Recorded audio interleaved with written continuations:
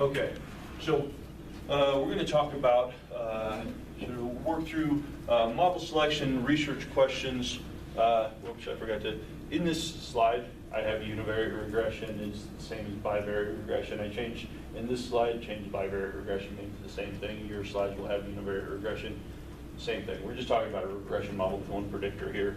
Going to jump into multiple regression, then we're going to get into ins and outs of estimators, talking about assumptions, and then some different options in terms of the application of these regression models. So who here has been exposed at least to some level in terms of previous statistical coursework on regression-focused stuff? Morgan, I know we've talked about some stuff. Stephanie, you've had some regression.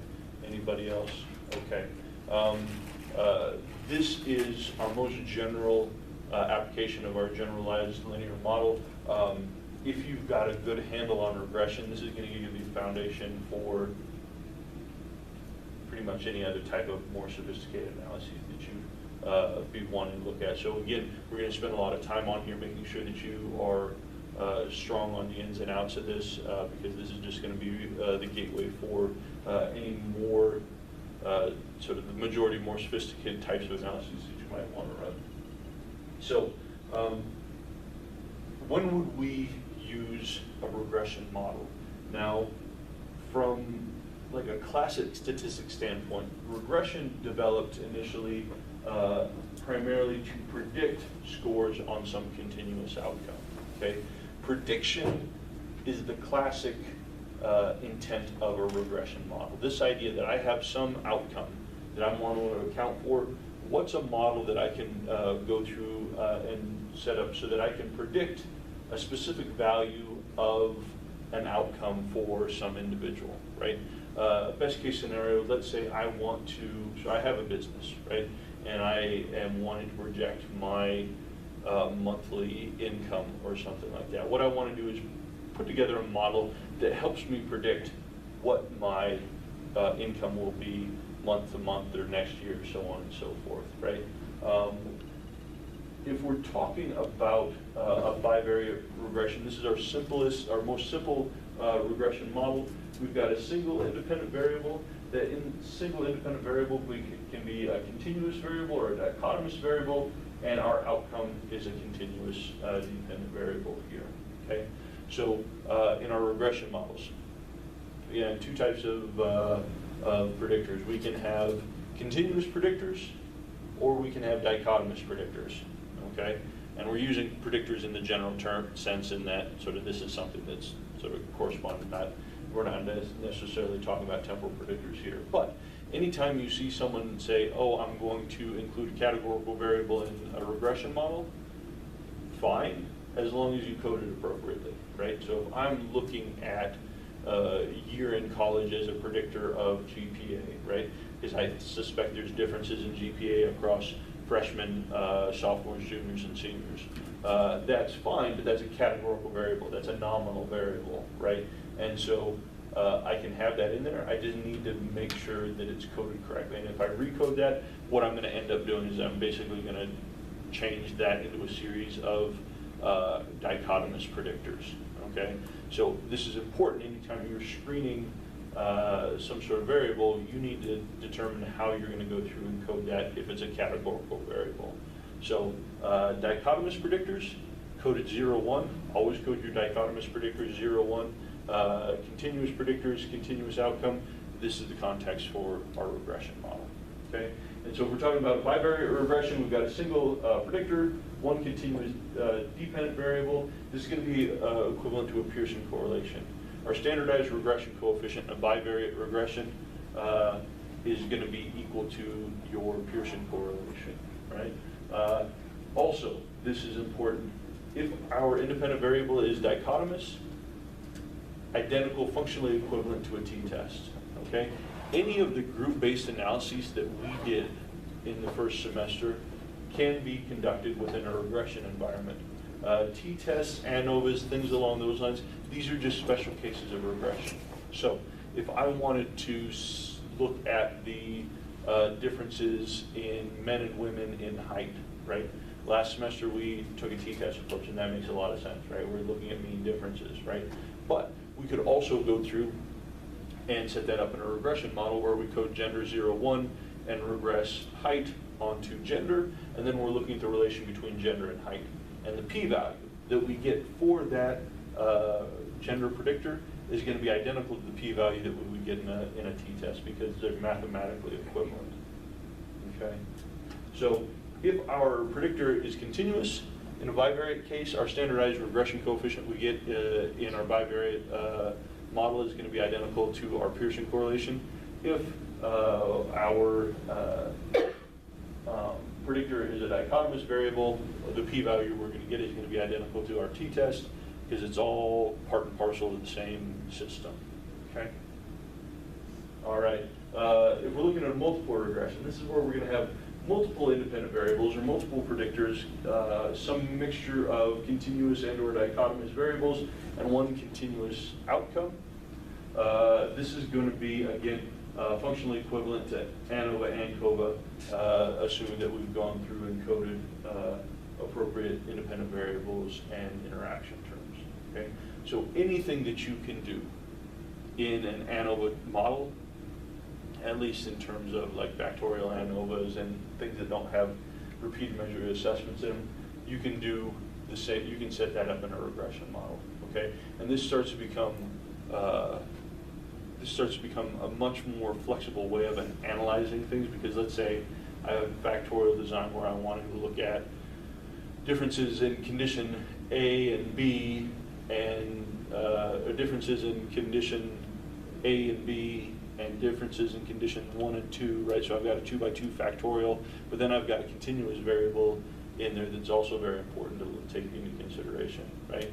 Now I could run an ANCOVA that sort of does some different stuff. I could dichotomize my continuous variable to create some split to determine another factor, but you don't need to do that. What you can just do is run this in a multiple regression environment and get all the answers that you would have wanted to have in the first place, okay? And so we'll talk about how to set these up. So this is just going to provide you with a very, very flexible approach to looking at the types of things you might be interested in looking at. Okay? So questions on bivariate regression, multiple regression. All right.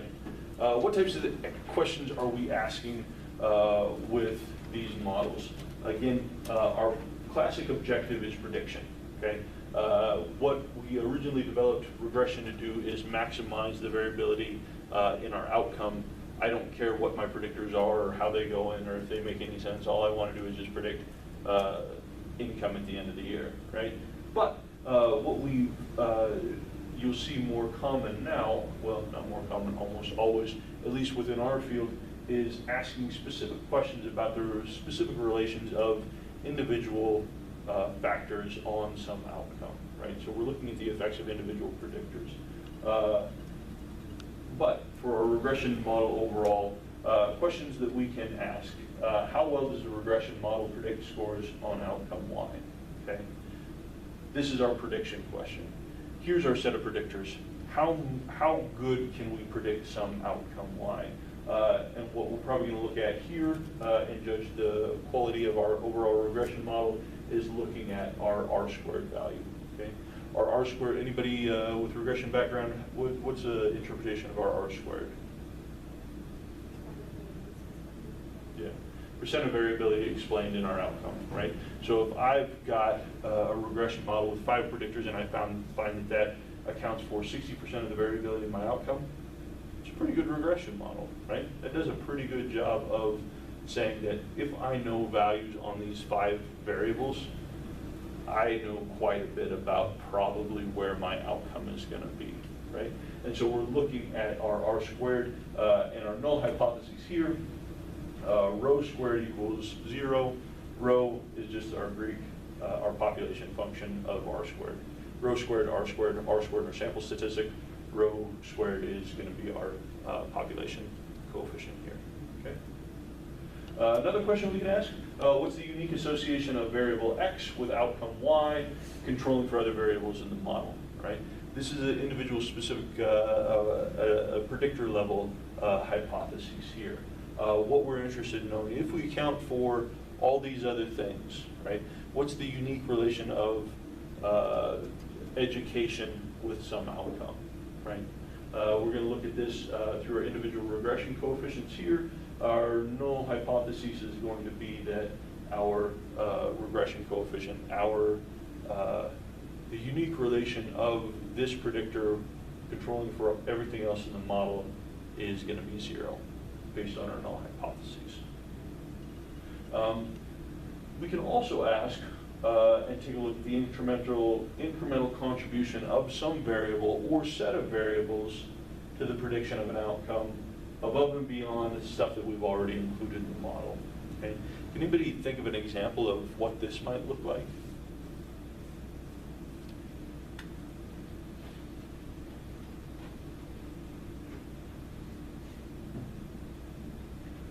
So let's say that I know variables 1, 2, and 3 already do a very good job of hold a very strong, good relation with some outcome, right? We already know that, right?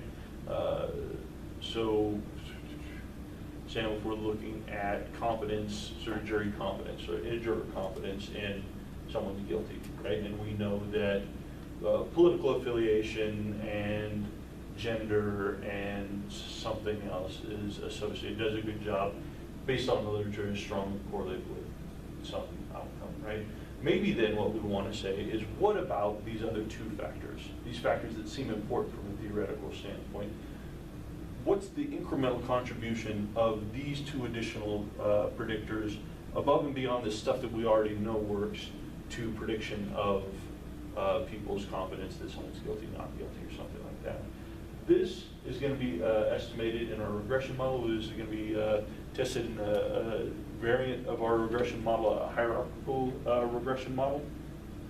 We're going to go through and say, all right, how much of our outcome is explained by these 3 variables, and then what happens when we add these other 2 on there, right? If our theory is correct, if these are theoretically important, we would expect that these 2 additional variables to go through and account for some additional variability in our outcome above and beyond the 3. And what we generally capture this in an R squared, change in R squared, our null hypothesis being that our change in our R squared value is going to be 0. Okay? This, and I'll get on this soapbox at the end of this lecture, this is an appropriate use of a hierarchical regression analysis. Hierarchical models don't do all the magical things that people think they do, but this could be an appropriate setup for something that would be a hierarchical regression model might be useful with this. So all of these things, can be determined within a single regression analysis. It's just going to be different pieces and parts that we're going to be looking at within the model. Okay. Questions on any of this? All right. So bivariate regression. Let's say, okay, I've got a group of 100 students outside the hallway. Okay, we've got 100 undergraduates. I called in a good portion of my, sort of 4/5 of my section of intro psych, have them all lined out in the hallway. And I tell you that the average group of those students standing out in the hallway is 150 pounds. Okay. What's my best guess statistically for the weight of any given individual in that sample, Lauren? 150, why is that? What if I wanted to guess 160? Is that a better guess? No, why not? Yeah, because it's not the mean. Literally, in the absence of any other knowledge, my best guess is the mean, right? Am I going to be right? If I say, all right, here's student X, and I say, how much does student X weigh? And you say 150 pounds, are you going to be right? Probably not. Probably rarely, if ever. You might never be right, because we might find that no one in that sample might weigh exactly 150 pounds. But if we're trying to minimize, if you get 8 whacks with a stick for every pound you're off, right? On average, guessing the average will minimize the, I don't know, this is a violent contest. I don't know the thing that came up, right? But you're going to minimize how wrong you are by guessing the mean every single time, right? So what about if I told you, in addition to this is student X, you have information on the total number of credit hours that students are taking, okay? So again, I pull out student X2, Lauren, and I say, all right, here's student X2. Student X2 is taking 14 credit hours. How much do they weigh? What's your guess going to be? Why is that? Because it's the mean. But what about credit hours? You know something more about this student above and beyond the mean weight of the sample. Are you going to take this into account? Why not? Right. I wouldn't expect number of credit hours to have any sort of relation to weight, and so probably what I'm going to do is I'm just going to still guess the mean, right? What if I told you about the person's height? I swapped out, okay. I don't need to tell you about credit hours. I'm going to tell you how tall this person is. And I say, all right, this person is 5'2". What's your guess going to be? What's that? Okay. I guess height could play more. Probably a pretty big role, right? If I'm saying the average of this sample is 150 pounds, right? And I said person X3 is 5'2" tall. What are you going to guess in terms of their height? Or excuse me, in terms of their weight? Less. It's probably less than, and how do you arrive at that? Because they're shorter. Given what we understand about human height, 5'2" is fairly small, right? And I'm guessing probably I'm going to make a downward adjustment on my guess about how tall that, or how much that person weighs, based on the fact that I know that this person is probably smaller than average. And so I'm probably going to have some sort of downward adjustment. So here, I'm given information that I know to be related to someone's mass, right? Here, I'm given information, but it's unrelated to my outcome, and so I'm probably not going to make too much of an adjustment here, okay? And so, again, what we want to do with our regression model is predict something above and beyond just guessing the average, right? We want to have predictors that come in and say, okay, here's the average, here's where I'm starting, but based on this linear combination of predictors, I'm going to start tweaking my guess for any individual case in this set, either up or down, based on this set of additional information that I have. Now, some of our information is going to be helpful. It's going to help us move that estimate up and down. Some of the information might not be helpful, and after we account for other stuff, really has no impact on our adjustment. But this, if you think about regression as starting with the mean and then sort of making adjustments up or down based on additional information that we have, you're going to start to get a better sense of what's going on in the inner workings of these models. So again, our goal here with our regression models, and if we're talking about a bivariate regression specifically, summarize the relation between X and Y using a linear model. This is our most straightforward and simplistic application of our generalized linear model. Okay, one predictor, one outcome, and our regression line in this case is going to be the line that best captures this linear relation between X and Y. Okay. So here we've got, I guess, height and weight. Okay. And have a handful of data points plotted out here. Our regression equation for this bivariate case is going to be y hat equals a plus bx plus e here. Okay. Y hat, this is our predicted score of y. Katie, what are we talking about, our predicted score here? What is our predicted score? The score that Right. If we plug in someone's height into our regression model, this is the expected value. This is the value we get in terms of y. Is that the person's actual weight? No, but it's what we're predicting based on the model, right? And what we want to do is we want to minimize the amount of that we're wrong across the entire sample, right? So y hat is our predicted score for individual y. A is our intercept, okay? You're this, your intercept or your constant, okay? And this is easy to remember if you just, and so this is another, I talked with you guys about this last semester. Don't be scared of math and the equations for stuff, because if you take a look at the equation, you can very quickly decipher what the interpretation of your intercept is, because if I put 0 here, that falls away. We don't include our error term, a value for our error term, and so you can see very clearly, if I put 0 in for x, a is all that's left, so it's my outcome that's expected when x equals 0. Now, tricky thing about this is sometimes, is x equals 0 always a reasonable value? No, right? What does it mean, my expected weight at height equals 0? I don't know. It's not a real thing, right? It's an abstraction, it's a mathematical placeholder, right? But what we'll do when we start talking about centering solutions and things like that, starting to adjust how we're scaling variables so that this intercept now becomes a reasonable interpretable value, okay? But from a literal mathematical sense, your intercept is just the expected value of your outcome when your predictor is equal to 0. B, this is your unstandardized slope or your regression coefficient, interpreted as the change in your expected outcome given a change in a unit change in your predictor. So if I increase my predictor by 1 unit, what's the expected change in my outcome? Morgan, is this the change that I will see in my outcome? No, it's expected. It's just expected. It's what I would expect to see based on the regression coefficient. So if I increase someone's height by 1 inch, I would expect their weight to increase by some amount. But for any individual, that doesn't mean that that's always going to happen, right? Our x1 or our xi is our observed value for x for any given case, and then this e term on the end, this is our residual. This is our observed value minus our expected value, okay?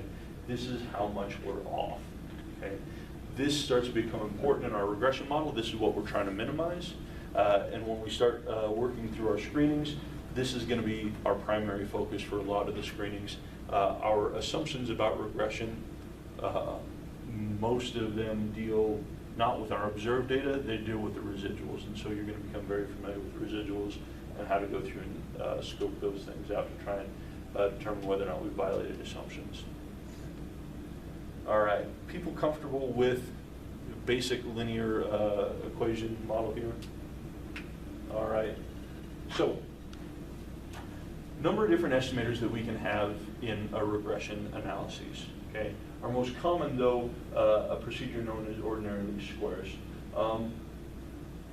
If we've got a bivariate regression, what we need to do is we need to find values in order to create this regression equation. We need to find values for the intercept and values for the slope. And if we're using our ordinary least squares to do this, we're going to determine values for A and B directly from our residuals, okay?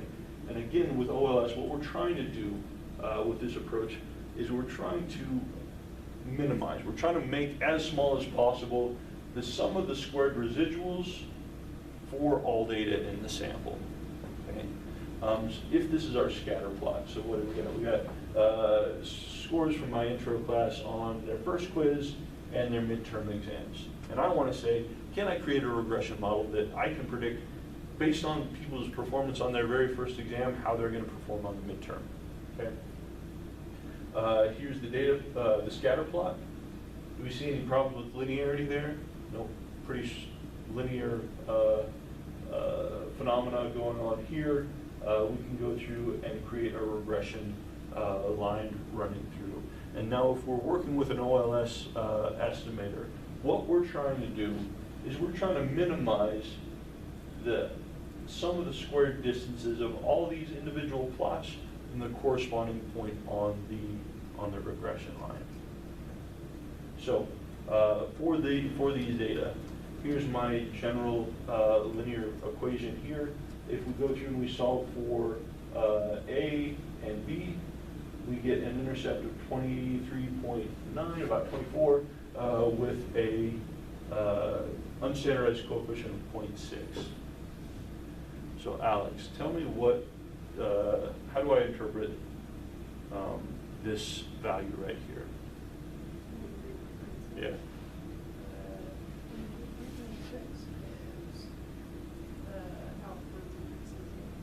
Okay, so tell me what that means in a literal sense.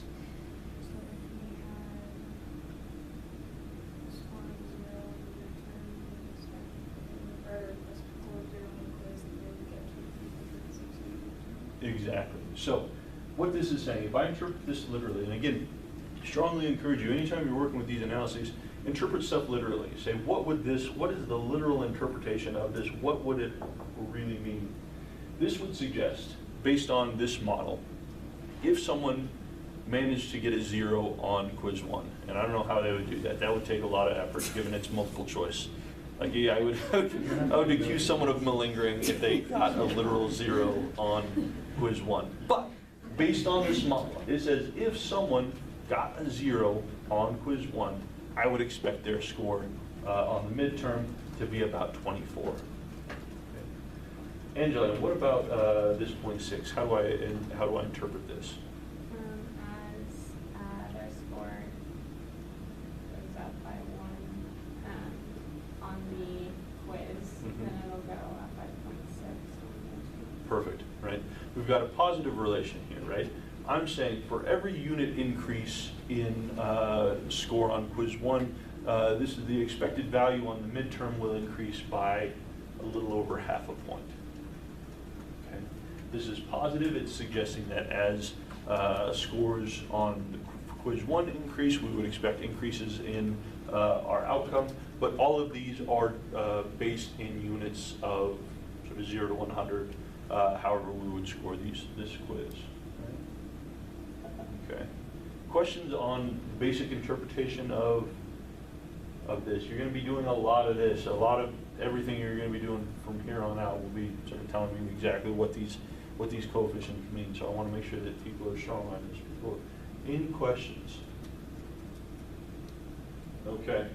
So with OLS, okay, here's my regression line, right? And so for a person here, this is the distance between their expected value and what they actually scored. If we look at this person, so this person scored a little bit below predicted, right? So we're expecting their score to be right here. They actually did worse, right? This person, they actually did better, right? So we've got, and so what do we call these things, Sam? The distance between what they scored and what they expected? Your residual.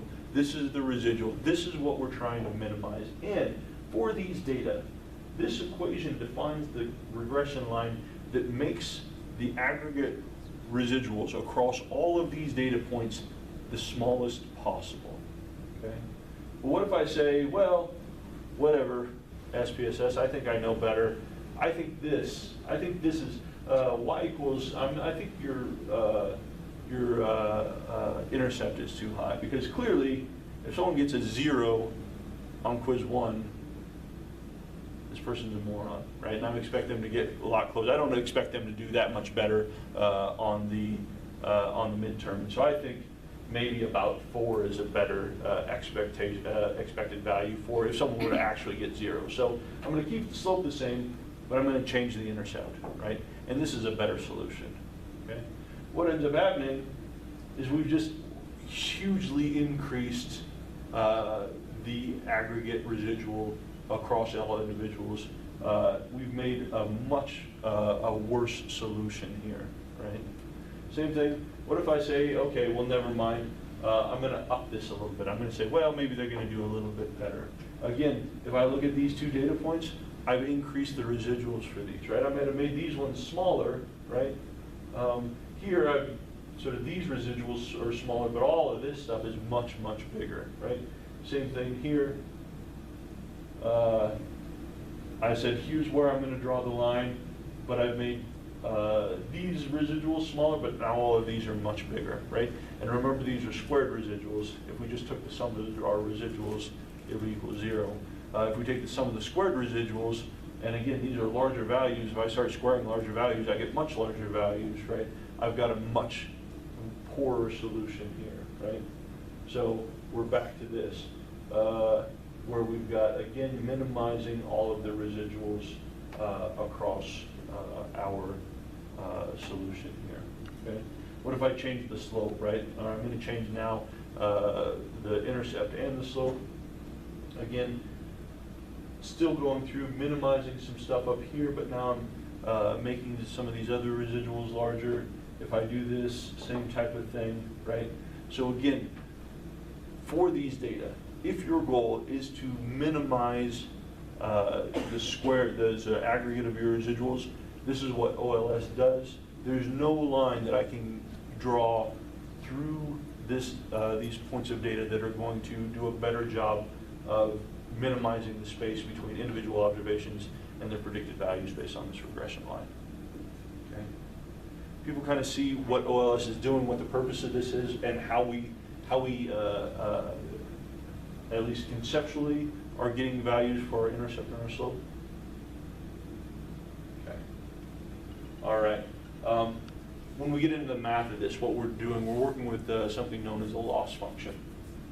And our ordinary least squares, what we're doing is we're minimizing this function here. So again, to write this out in mathematical notation, we're looking for the minimum for the sum of our squared residuals, our residuals being our observed values minus our expected values, okay? And what we can do is we can go through, we can start to change this around. We know that our expected values, right? What's our expected value? How do we determine our expected value? Again, Joanne? Based on a linear equation, right? So I can substitute for y hat, I can substitute my regression equation in here, right? And now I have this a and this b value and can start to go through with some fancy math and start to solve simultaneously normal equations that give us the minimum possible residual value based on the data available, okay? And so again, if this is our slope that we're looking at, right? What we find is that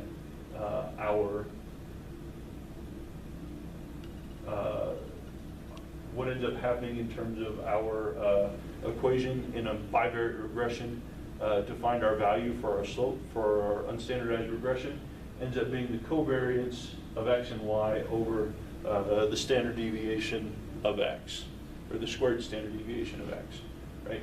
This coefficient, or this equation here, gets us to this minimum value, right? So let's say my coefficient is 8, right? If I choose a value of 5 or 3 or 1, right? It's getting farther and farther away from this minimum value. If I choose values of 10, 12, 15, I'm increasing that value. So if this is the sum of my squared residuals, I'm going to go through, and as my value for my slope gets larger and larger, I'm going to get to a minimum point. And then after that point, as those values for my slope get larger and larger, I'm going to start getting worse and worse in terms of the system. What we're looking for is this minimum point here. And again, if you're, this is where your calculus starts to come into play. So we're looking for a minimum value of this function, and this, the covariance of x and y over this squared standard deviation of x, ends up being how we go through and calculate this. Now, once we've got found our intercept coefficient, our slope coefficient, our intercept is then easy. All we have to do is take our mean value of our outcome and subtract our slope coefficient times the mean of x, and that's going to give us our value for our intercept here. So, optimal values of our intercept and our regression coefficient, our unstandardized regression coefficient, a direct function of the mean variance and covariance of x and y. Okay. This is why you'll hear regression models talk about it as sort of the mean-based statistics, right? Even though we're not working with means like we worked with means in our group-based stuff, regression is still a mean-based analysis because all of the calculation of our analyses, at least with OLS, is based on we need to know what the mean and standard deviations of our variables are in order to start calculating our coefficients here. Questions about this? I mean, this is an insight into some of the math and exactly how this is functioning, but I think it's important to have at least some exposure to. Questions? All right, some properties in a bivariate case of our ordinary least squares, okay? If we calculate our intercept and our slope using OLS, our residuals, our errors start to have very specific properties. By definition, if we derive our intercept and our slope using OLS, these things will happen by definition, okay? We know that the sum of our residuals is going to be 0. Sam, tell me why the sum of my residuals are going to be 0.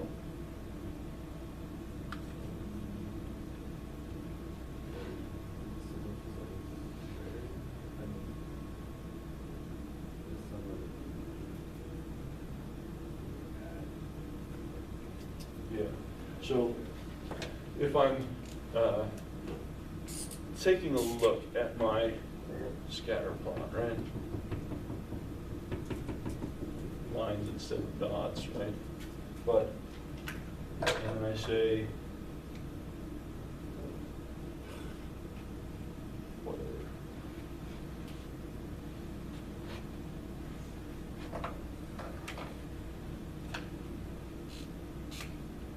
And I say this is my regression line, right? If I've calculated this using my ordinary least squares, what I'll find is some of my predicted values are going to fall below the line, some of my predicted values are going to fall above the line. But if I summed so these are going to be negative residuals, these are going to be positive residuals. If I add the residuals all up, I'm going to get exactly 0 based on the derivation of this line using ordinary least squares. So sometimes I'm going to overpredict, sometimes I'm going to underpredict. I don't know exactly how that's going to work, but if I go through and I add all those residuals up, the sum is going to sum to 0. Okay. We're going to find that then the squared, some of the squared residuals, and again, so we can't just, squared residuals give us a positive value, just like when we're calculating variance, right? We have to square our deviation scores, which is functionally the same thing that we're doing here. But the sum of the squared residuals is going to be the smallest possible value that it can be. We'll see that the sum of our observed y's is equal to the sum of our predicted y's, right? This is interesting. If I take for my entire set and add up everybody's outcome, and I get the sum of that, if I were to go through and I were to add up everybody's predicted value based on my regression model, I'm going to get the same value for those two sums. Okay? So and you can do this in SPSS. You can ask SPSS to print out expected value for every case based on your regression. We don't do this a lot, but we could. You just check a box, right? And if we were to say, all right, here's what we saw, this was our observed outcome, this is our predicted outcome, if we added all those values up for everybody in the set, it's going to be the same number. Some of the products of our predictor and our residual are going to equal 0. Some of the products of our predicted y's and our errors are going to equal 0. And this is important, our regression line will always pass through the point mean of x, mean of y, okay? If this is the mean of x, this is the mean of y, my regression line will always pass directly through the mean of those two values if I'm deriving my regression coefficients using ordinary least squares. So this is maybe to some extent fun fact trivia, but something that can start to become important in going through running diagnostics, making sure that everything is working out the way things should be. Questions on any of this? All right. Okay, partitioning variance. You are going to be so good at partitioning variance. Your partial coefficient is going to be your favorite by probably the end of this class. All right. Goal of our regression models, again, is to maximally predict variability in our outcome. Right. What we're trying to do, at least in the classical sense, is maximize how well we're accounting for some outcome y. Okay. And we can think about variability in our outcome as our sum of squares y. Okay, you guys are all familiar with sum of squares. Spent a lot of time working with sums of squares last semester. What we're trying to do is we're trying to maximally predict this. Okay, the extent to which within certain disciplines, the extent to which your model can go out and predict individual values of your outcome is kind of the basis for determining whether or not you have an adequate solution. Now, remember that if you think back to our, and so again, what statistic were we looking at that tells us adequacy of the solution there, the extent to which our predictor predicts outcomes? What is it, 70? What The statistic? individual predictor, like the beta, or the R squared? The R squared, right? So our R squared tells us the proportion of variability in our outcome that's being captured by our predictor set of predictors, right? And so if we're running a statistical test on our R squared, and I find that I have a significant R squared value, what does that mean? Stephanie? That the model is predicting like a certain percent of that variance. Okay. And What do we, and so let's get more specific. Okay, so yeah, you're right. It's saying it's modeling predicting some level of variance. Like, how much variance is it? Variability is it predicting? well, what's What's that? what's the value of those? I don't know. It's something, but I tell you that R squared is significant. What does that tell you? In a very literal sense. What can you interpret? If I tell you I have an R squared in my pocket, it's statistically significant. What does that tell you?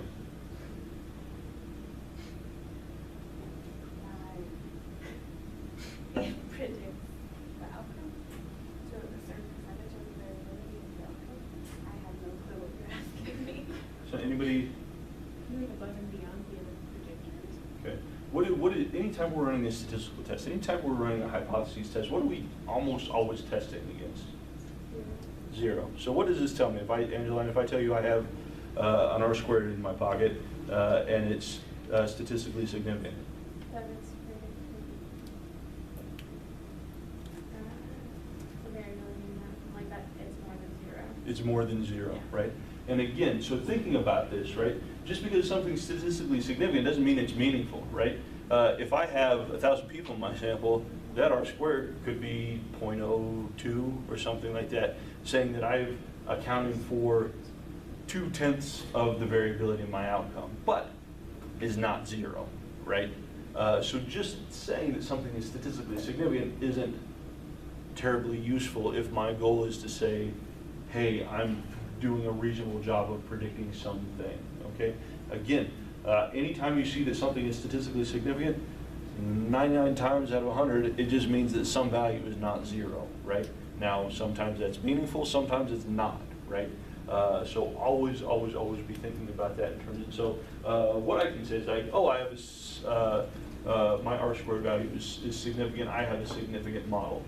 All that means is that I've gathered enough people so that like I can confirm that whatever the population value is unlikely to be exactly zero, right? Now, if I'm working in industry and trying to predict some outcome for somebody, and I say I have a statistical model that's significant, I might not be very happy with that at all if it's accounting for 1% of the variability in my outcome, right?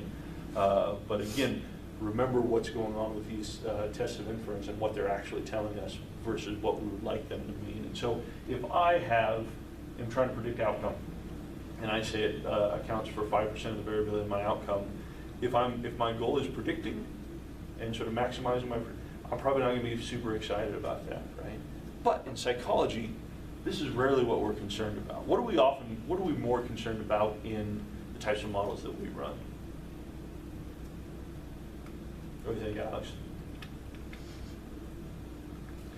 So you run a regression model. What are you probably hoping to see, or what might your eyes jump to first off?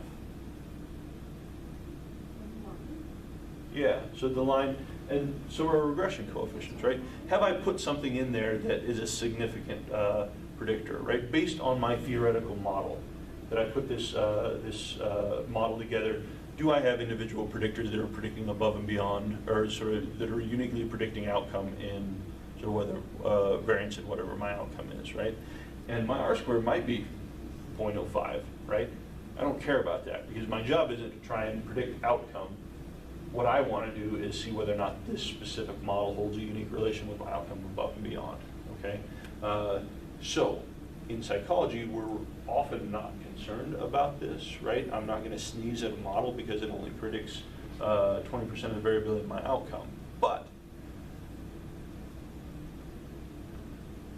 most of the time when we're running regression models, we're looking at theory-based relations between a group of predictors and some outcome. However, the extent to which our model does a good job of predicting whatever it is that we're doing, this is advantageous to us for a number of reasons. One, it's nice to be able to say, my model predicts, or it accounts for a lot of the variability in the outcome. But two, from a statistical standpoint, it starts to increase your power. Your ability to test your individual predictors starts to go way up. The better job you're doing accounting for your total outcome. And then two, you're going to be doing a better job of having a correctly specified model. We'll get to this. Your assumption of having a correctly specified model means that I've got the predictors that need to be in there, and I don't have the predictors that don't need to be in there. We often don't worry about this. We'll be like, well, I just want to see what's going on with these two predictors. Well, those two predictors probably don't constitute a properly specified model because there's probably other stuff that needs to be in there, right? And so if we have a properly specified model, that we've got everything that needs to be in there that's in there, probably going to do a pretty good job of maximizing our R-squared, or doing a good job of predicting our outcome. And if we're not, if we're being real with ourselves, we should probably sort of identify that as a potential limitation of our analysis. Okay, so, but if we're looking at trying to, again, from the classic sense, maximize prediction of our outcome. If we don't have any valid predictors, mean of y is our best guess, right? And what we start to see is the discrepancy of every observed y that we have from the sample mean. This is what we would like to account for, right? What we want to account for is, in this model, right, so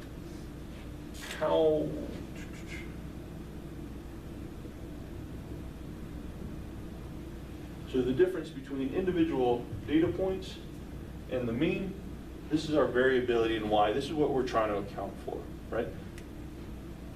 Same type of situation that we talked about last semester in terms of variance of our data, right? How far each one of these individual scores are from the mean, that impacts our variance. This is what we're trying to account for in our regression model. Okay? So if we think about the difference between our individual values, our individual observations, and the mean of our outcome, we can break this into a couple different parts. One, the difference in the mean of y from our predicted scores. So the difference between our line here and corresponding points on our regression line, okay? So we've got our predicted score minus our mean score. This is an index of the extent to which we can make a unique prediction for every case, okay? Because, Katie, if I have a regression model and my predictors do a zero job of predicting anything in that outcome, what's my regression line going to look like?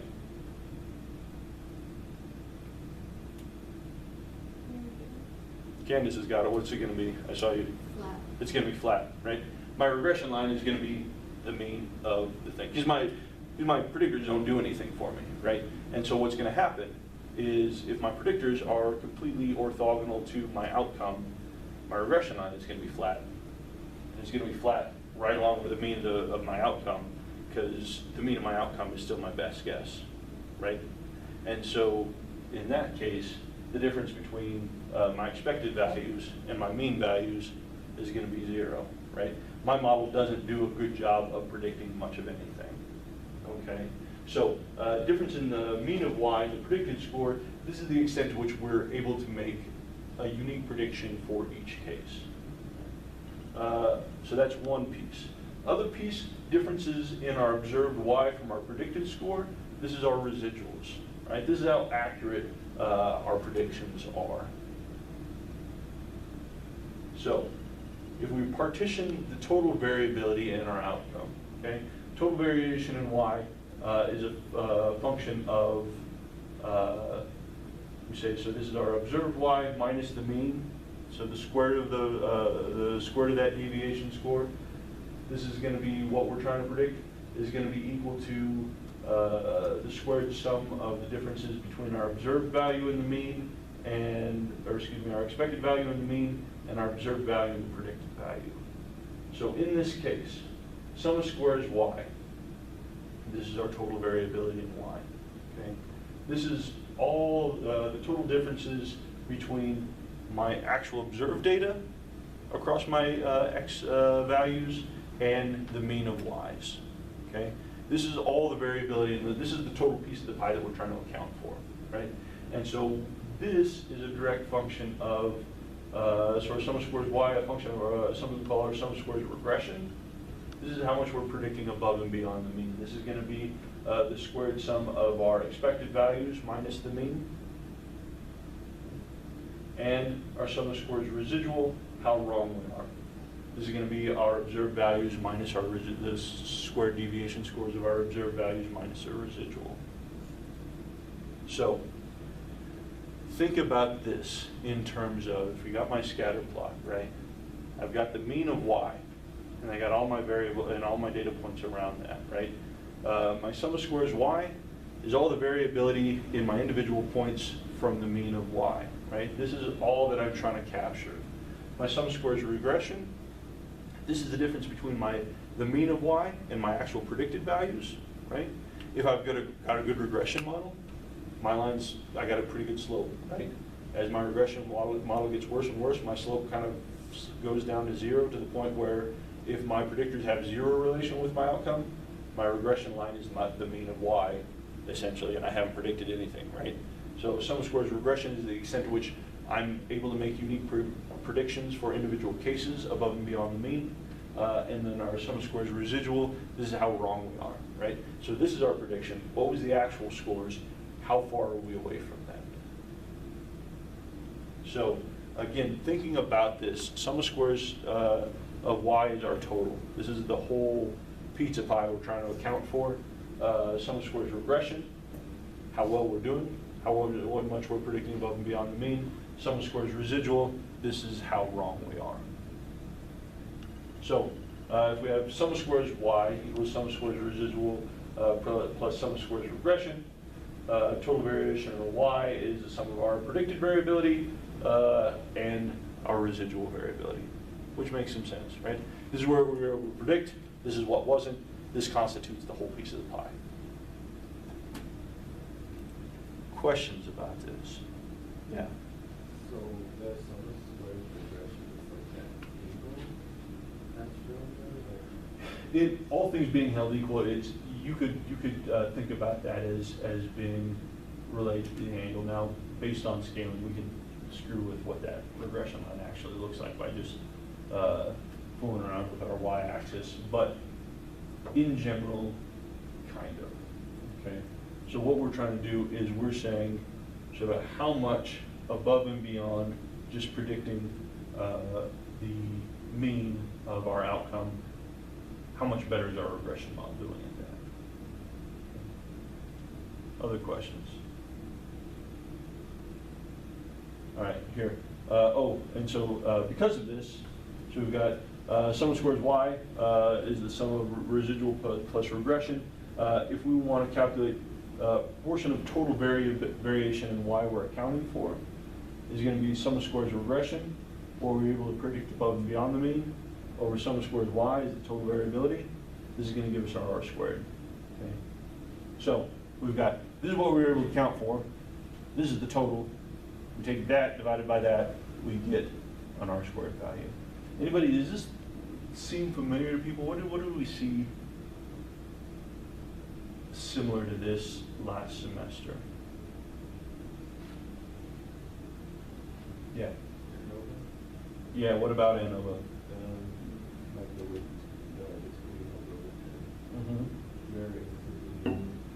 between And so yeah, that would be calculation of your F statistic.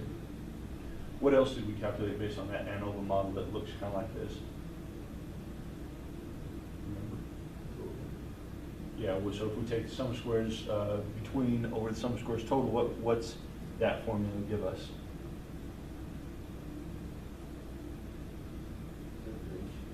Yeah, and what's that ratio called?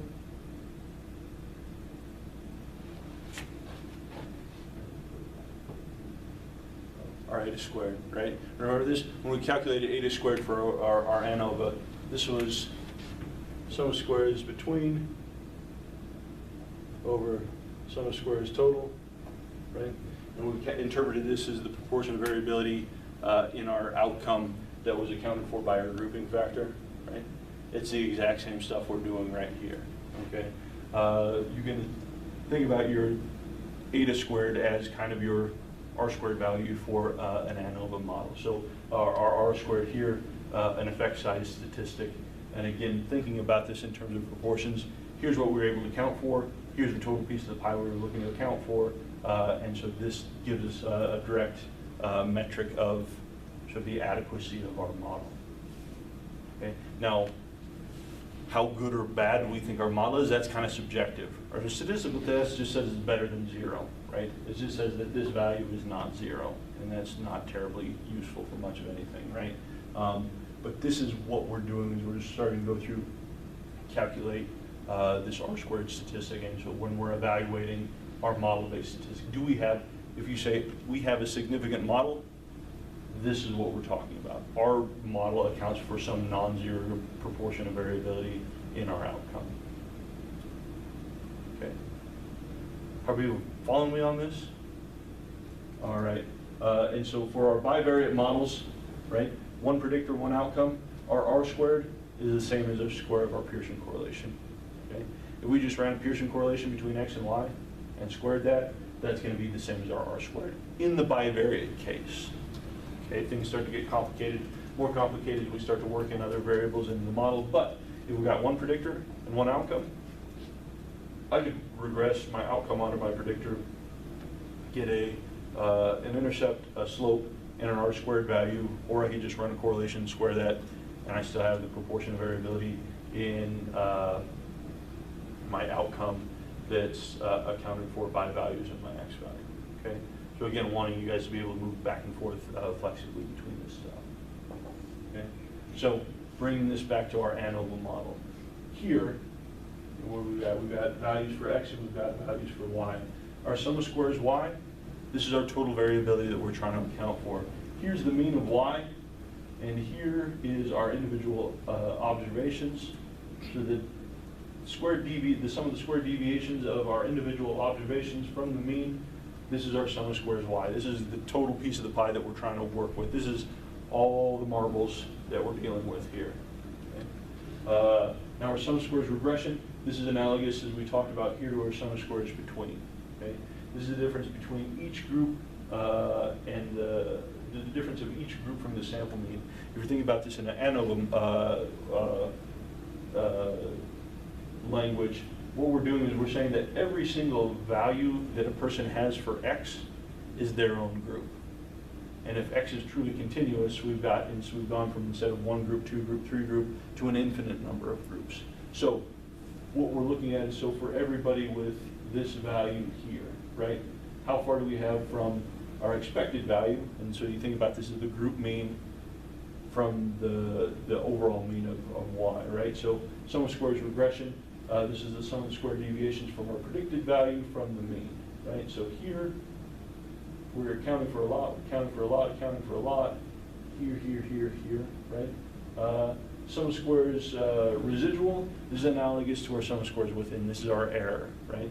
This is the sum of the squared differences from our predicted values from our individual observations.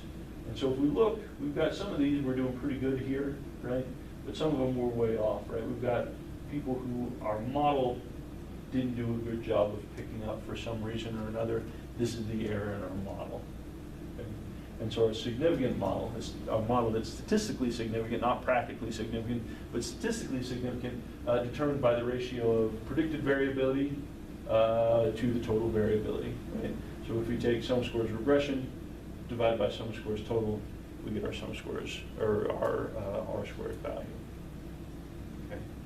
So again, when I say that ANOVA is just a special case of regression, this is why. All the pieces and parts are all the same. We're just doing the exact value with 2, 3, 4 groups, and we now have an infinite number of groups.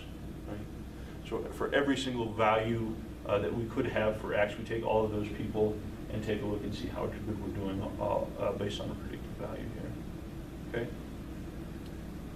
However, this can get a little bit heady, and so you'll forget it, and you have to come back to it and sort of re-recognize it 2, 5, 6 times. And this is what I do when I shut the door before class and sort of reacquaint myself with all this, right? So, but people feeling like they kind of have a headspace on this right now? Okay. What time is it? How are we? Okay, we still got a little bit we can go through. So, for our bivariate regression, if we're going to run our statistical test, this is what our outcome is going to be for, again, a bivariate case where we've got one predictor, one outcome, okay? We've got our R-squared value here, right? This is going to be our sum of squares regression over our sum of squares y. Stephanie, how are we doing in terms of our R-squared value right here?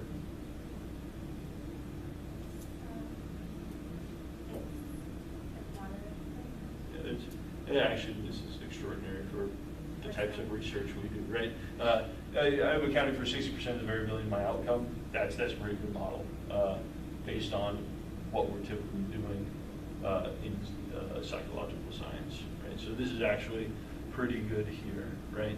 But we've got a couple other values up here that we're working with, but we'll get into those in a moment. Here, we've got our sum of squares regression, right?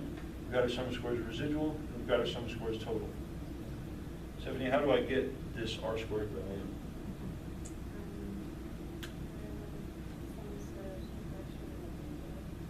Yeah, so pull out your calculator. Take 21.388 and divide it by 35.356. See what you get.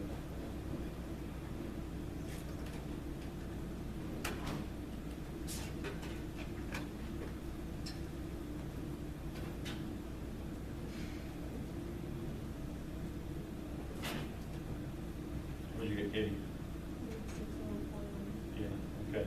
So again, this is stuff I like to do to make sure, like, if I make, okay, I think this is how it works, plug it in, see if it works out, right? If I think I know what sum of squares regression, sum of squares residual is, sum of squares total, and I think it's related to this, I should be able to go through, punch this up, and this is what I should get, right? And so what I can do here with my F test is a test, so this ANOVA table here is a test of your overall regression model, okay? This is telling you whether or not your overall regression model is statistically significant. Sam, is our regression model statistically significant?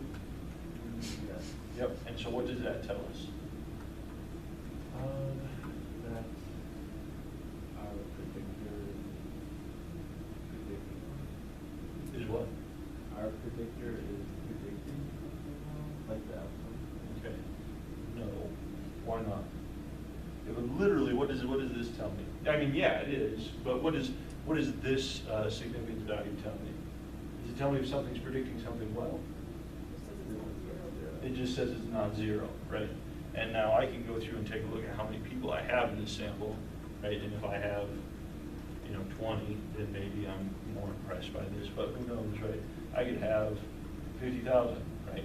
And anything that I go through and plug into here is going to be, give me a p-value of less than 0.001. So all this says is that based on our test of inference, that these data appear to be unlikely if the true population coefficient were equal to 0, right? But it doesn't tell us how well anything is predicting. We can go through and look at our R-squared and determine how well that's being predicted there, right? We also have a standard error estimate, standard error of the estimate of our R-squared coefficient. I believe, I don't know what. So this is a standard error estimate of this, right? But if I wanted to, someone take a shot, make me happy. How would we interpret this standard error coefficient?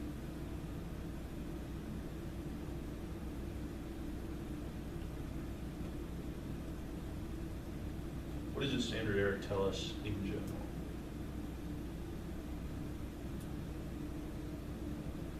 You've fallen out of love with standard error. Disappointed. Yeah. How much are you vary? What kind of, right? So Sam was trying trying to have Valentine's Day with standard error. It's a distribution, or it's a metric of variability in our sampling distribution, right?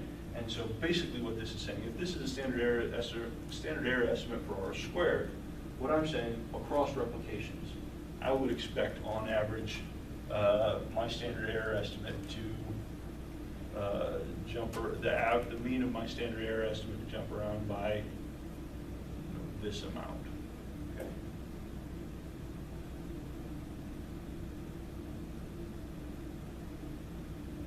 It doesn't. No. This is standard error estimate of non-multiple correlation, which that's a lot. Let me think about that. Scratch that. Okay.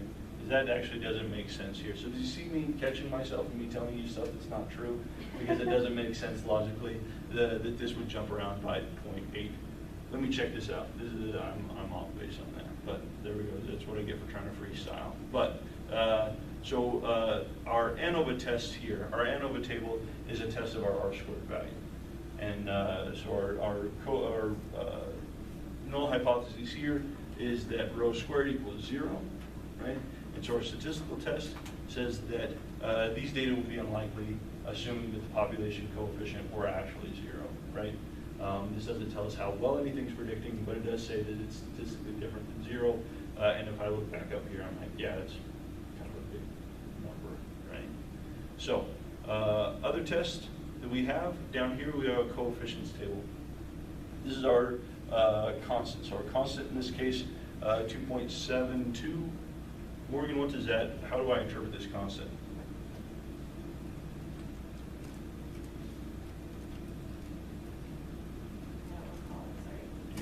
So remember what's our intercept?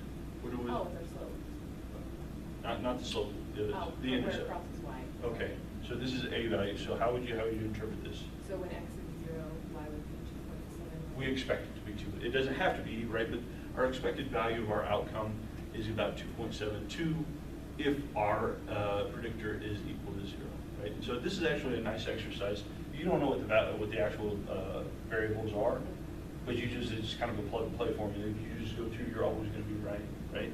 And so we also see, so here we take a look, so we've got a significance value equal to 0. Morgan, what does this tell me about my constant?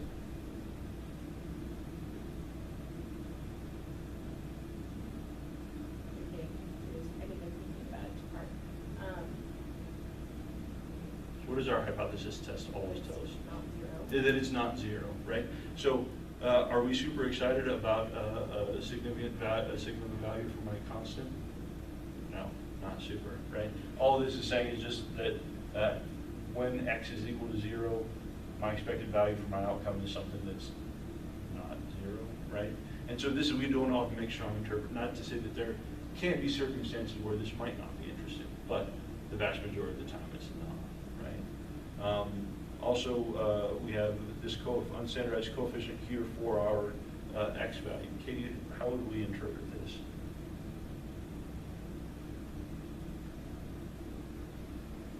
that our slope? So as x changes in y, we would expect 0.574 interchangeable. Perfect, right? For every unit increase in x, we would expect about a 0.574 unit increase in our corresponding outcome. Okay, so this is our unstandardized coefficient. We also have a standardized coefficient. We're going to talk about this a little bit more. Standardized coefficient is nice because it's sort of on a metric that we can maybe do a little bit better job of interpreting. This is quite large, and so we're excited about that. And then we also have our significance values. Significance values, and we talked about this, testing the null hypotheses that our intercept is equal to 0, also testing the null hypotheses that our unstandardized coefficient is equal to 0. Now, are we excited about our significance value for our unstandardized coefficient here? What do you think, Angela? Yeah, right, because if that's equal to 0, it means there's no relation between my predictor and my outcome, right? And I'm usually probably going to be kind of bummed by that, right? Now, to, this makes sense. We also have standard error for my unstandardized coefficients, right? And so this is going to be across replications in the sampling distribution. This is how much variability, or how much I would expect this coefficient to jump around from one thing to the next. We see we've got our test statistics here for our individual coefficients, our t statistics. Okay? So, Sam, you got a calculator, right? I want you to take 0.574 and divide it by 0.099 and tell me what you get.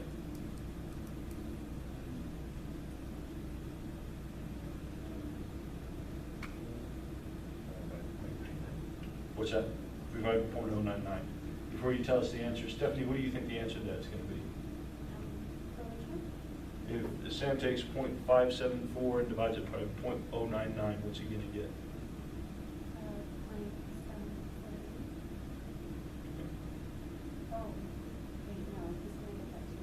He's going to get that t value. What'd you get, Sam?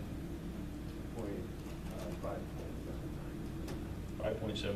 Okay, so there's some rounding stuff going on here, right? But essentially what we've done, we've got a coefficient. And if we divide it by our standard error, we're going to get a t statistic that we can then run on our p-value. Okay, so this standard error goes with this coefficient. We take this divided by this, we get a t-value, which is our test here. Same thing with our unstandardized coefficient, or excuse me, our intercept. If we take our coefficient for our intercept divided by a standard error, we get a t statistic, and this is the p-value based on degrees of freedom for our regression. Up here is going to be degrees of freedom for regression, and our ANOVA table is going to be equal to the number of predictors. In this case, we only have one predictor, so we've got degrees of freedom of 1. Degrees of freedom residual is going to be n minus p equals number of predictors minus 1. So we have how many people in this set? 24, right? So we got 24 minus 1 predictor minus 1 gives us 22. The degrees of freedom total is our n minus 1. So degrees of freedom is 23, so we know that we have 24 people in the set. Okay, and so this ANOVA table works the exact same way as all the ANOVA tables we were in before. So this is easy to go through and take a look at. Our standardized coefficients are going to be here, these beta weights. So beta of x and y in the bivariate case is going to be equal to our unstandardized coefficient multiplied by the standard deviation of x over the standard deviation of y. That gives us this value. So if we took 0.574 and took that value and multiplied that by the standard deviation of my x over the standard deviation of my y, I would get this coefficient here. Standardized coefficient corresponds to per standard deviation unit increase in x, I would get a corresponding standard deviation unit increase in y. So in this case, we're saying that for every standard deviation unit increase in x, I'm expecting a close to 0.8 standard deviation unit increase in my y. So just like all the standardized stuff that we talked about last time, interpretation is still exactly the same, except in terms of talking about single units, we're talking about standard deviation units. Standard deviation for my, the standard error for my unstandardized coefficients. In the bivariate case, we can calculate this as standard deviation of y over standard deviation of x times the square root of 1 minus the correlation of the square of x and y over a number of people in the sample minus number of predictors minus 1. That will get us this standard error estimate here. Okay. And so again, remember our standard error here going to be a rough, or well, not precise, but interpreting this as the stability and reliability of the sample statistic relative to the true population parameter. Right? So I can interpret this as saying, okay, based on these data, I would expect future replications of this study to deviate from this value about 0.1 from one another. I expect any randomly selected sample coefficient out of the sampling distribution to deviate from the true population parameter by about 1/10 of a point, right? So again, all these same interpretations we had from standard error from last semester apply to here. Okay, we're gonna end up, standard error is gonna be a big thing that we're gonna be concerned about. Where does standard error go in our test statistic? In the denominator, right? And so if we start to get biased in the standard error becomes too big, too small, that starts to impact our test, our inference, test of inference, and that's when we start to lose confidence in whether or not we're identifying something as statistically reliable or not, starts to break down. Okay. So people have a sense for, in just this bivariate case, what values are, where they're falling, and sort of how we're deriving different things. Cool. All right. Let's take a break. We'll come back and we'll jump into multiple regression. All right, folks. Let's jump back in here. And you can, I believe you can, talking about multiple regression. Okay, so up to this point, we've been talking about bivariate case where we've got one predictor and one outcome. All right. When we transition over into a multiple regression format, what we're going to look at is a set of continuous and dichotomous predictors, and looking to see the extent to which this set of predictors is accounting for variability in some continuous outcome, some dependent variable. Okay, so once again, when you've got an analysis, you've got, oh, here, what am I going to run, right? Again, remember, always fall back and say, what are my inputs? What's the level of measurement? What are my outputs? What's the level of measurement? And very quickly, that starts to winnow you down to the type of analysis that you can be running.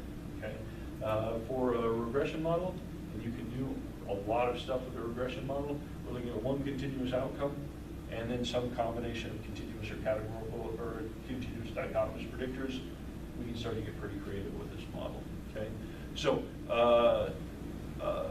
now within our multiple regression, still from a classic sense, looking to predict variability in our outcome, but what starts to happen is the extent to which our predictors contribute to the prediction of variability in my outcome starts to depend not only on the relation between my predictors and my outcome, but the relation among my predictors.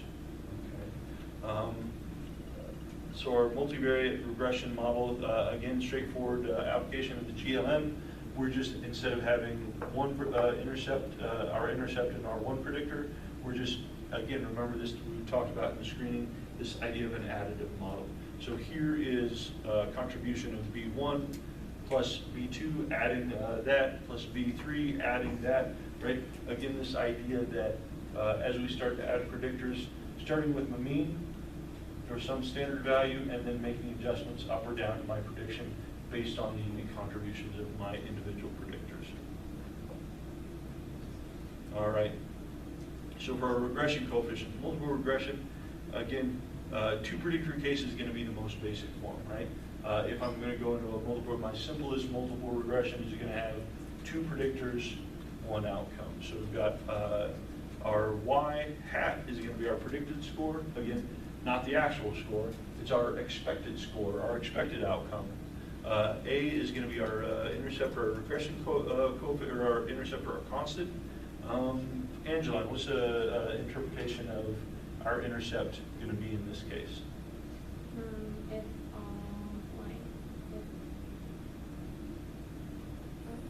when all x's are 0, it will be an outcome. Okay, there you go, right? It's our expected value of our outcome when all of our predictors are at 0, right? And so now we need to start thinking about, not only is like 0 a reasonable value for this predictor, but is also a reasonable value for the next predictor, and that next predictor, and so on and so forth, right? So again, I can't impress upon you enough, always thinking about what's the literal interpretation like? Like, what is the literal interpretation of this? If you start thinking about that at that level, sky's the limit in terms of sort of starting to make reasonable and strong inferences about stuff. So again, intercept stays the same, and this is where we start to get tricky. So our coefficient here, so for our coefficient for x1, this is now the partial regression coefficient for the regression of y onto x1, holding our other predictor constant. Same thing with our regression coefficient here. This is the partial regression coefficient for the regression of our outcome on our x2 holding our first predictor constant. Okay? And then E, this is again our residual. Residual remains the same. It's our observed value minus our predicted value based on our regression coefficient, or on our regression model. Okay? But what ends up happening, remember in the bivariate case, our standardized regression coefficient of regression of x onto, or y onto x, that's another thing to make that. When we're talking about regression, we always regress our outcome onto our predictors. It's kind of counterintuitive. It seems like we'd be regressing our predictors onto our outcome. Nope. It's regressing our y value onto our predictors. Okay. Now in the bivariate case, our standardized regression coefficient for x is equal to what, Alex? In the bivariate case, our standardized regression coefficient in the bivariate case is equal to what?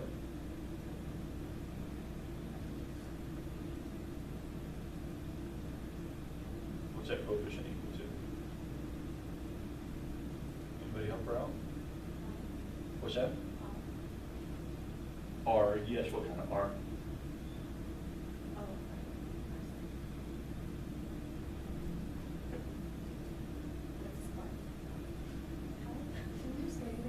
So in the bivariate case, we take our standardized regression coefficient with one predictor, with one x and one y. So that standardized regression coefficient is equal to what? Not r squared. What did you say? Okay. Our Pearson correlation. This is our Pearson correlation, right? So you know, it is R. Like what type of R? That R, right? Your Pearson R. I thought you said 5. I was like, that's a very specific. Regression in an OLS defaults to a value of 5 in the absence of anything else. But no. So in the bivariate case, our standardized regression coefficient is our bivariate correlation. It's just a Pearson correlation, right? So if I run a correlation between x and y, and the value in my correlation is 0.34, Katie, if I take my y value and regress it onto my x, I'm going to have a constant, and what's my standardized coefficient going to be? 0.34. It's going to be the same thing. It's interchangeable, right? But when we get into multiple regression, when we got more than one regression coefficient, now we're working our regression coefficients or partial coefficients. And the magnitude of our partial coefficients going to be dependent on the extent to which our predictors are related to our outcome, but then also the association between our two predictors. So things start to get more complicated once we transition into a multiple regression environment. If we're thinking about our partial coefficients, again, so here is our simplest case of a multivariate or a multiple regression. Where we've got two predictors, x1 and x2, unstandardized coefficient for x1. This represents the relation of x1 with y after we take out all covariation associated with x2. Okay. Same thing, our coefficient for x2 represents the relation of x2 with y after all the covariation associated with x1 is removed. Okay. So this is why, again, lock this into your brain when we start talking about regression models. We're interpreting these not as just bivariate associations. This is representing the unique relation of this predictor with this outcome after we account for all other variables in the model. Okay. So this unique prediction is a key feature of regression coefficients. Can't make it through a regression lecture without this Venn diagram, but I think this ends up being probably one of the most valuable sort of visual aids when you're trying to understand some of this stuff. So when we're thinking about the consequence of partialing, controlling for, holding constant, all these different terms we use, what we end up with in our multiple regression environment is a unique relation between predictors and outcome. So if we think about y, is this black circle as all of the variability of y, okay? This is our sum of squares y. This is our sum of squares total in our regression. This is all the variability in our outcome that we're looking to account for, right? This is the sum of the squared deviations of our individual values from the mean of y, right? We just talked about this. If I have correlated predictors. X and X1 and X2 are correlated with one another, right? If I'm looking at the correlation or the squared correlation of my outcome with X1, okay? If I just take Y and correlate it with X, right, and I square that correlation coefficient, I'm going to get this shared variance in areas B and C. Right? Because if I just, in the bivariate case, if I just correlate X1 and Y and square that correlation, that's the proportionate shared variability between X and Y, and it's going to account for areas B and C. Okay? Same thing if I do the same thing for X2. If I correlate X2 with my outcome, right, and I square that correlation, I'm going to get the areas C and D here. This is going to be the proportion of variability in Y that's shared with X2. And square that correlation, I'm going to get areas C and E right here. That's just the shared variability between those two predictors. All right? But if I go through and I take a look at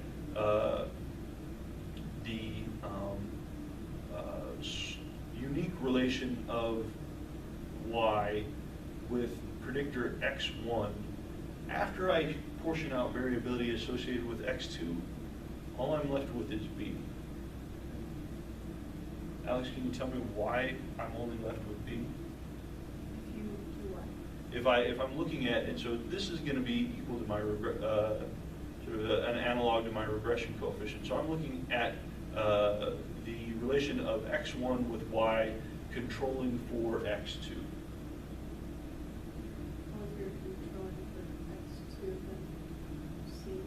Then C is taken out, right? When we're working with regression and multiple regression, we're looking at what's unique. What's this variable bring to the party, okay? And so X1 brings meatloaf and potato chips, all right? But X2 also brought potato chips. Probably not meatloaf, that's weird, right? But, so X1 gets credit for meatloaf, but not chips, because everybody bought chips. And so we get that crossed out, right? So we're looking at the relation here. We're looking at the unique relation of X1 with Y after we cancel this piece out, okay? Same thing if we look at the unique relation of Y and X2 controlling for X1, we just get portion D here, right? X2 brought fish and chips, right? Which again is a weird thing to bring to the party. And so X2 is the only person who brought fish, but also brought chips. Other people brought chips, right? So we get credit, I guess, for fish that you brought here, right? But what ends up happening is this stuff that's shared with the other predictors in the model gets parceled out, right? But if we're looking at the squared multiple correlation of Y with both X1 and X2, this is where we're getting B, C, and D, okay? This is all the variability that our set of predictors is sharing with our outcome. This is our R squared, okay? So in your R squared value in your multiple correlation, this is,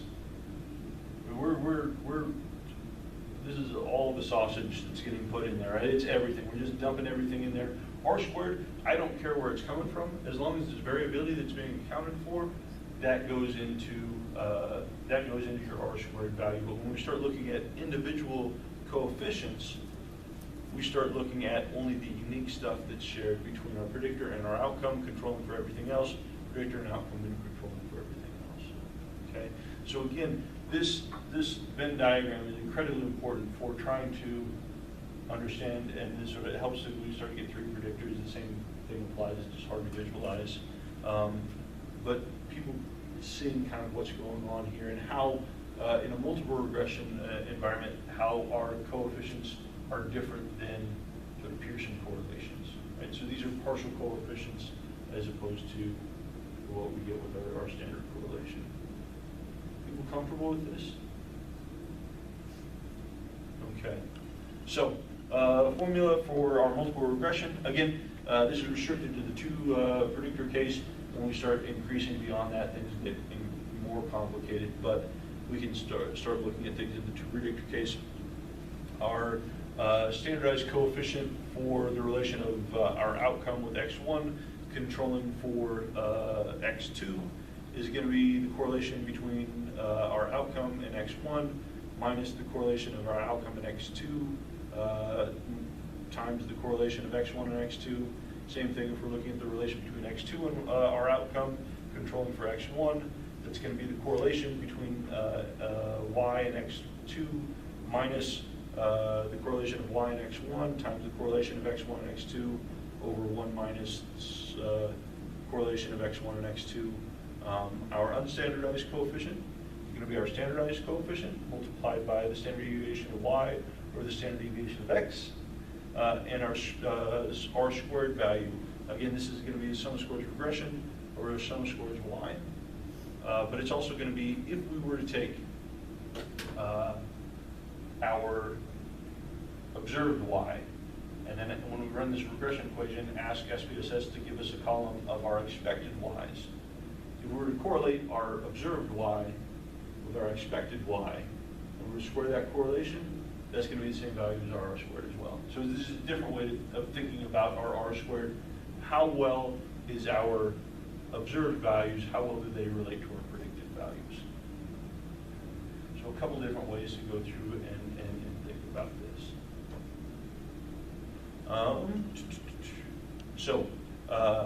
When we're thinking about interpreting our partial correlations, okay, our unstandardized regression here for the relation between x1 and our outcome, this is the expected change in y given a unit change in x, holding all other predictors constant at 0.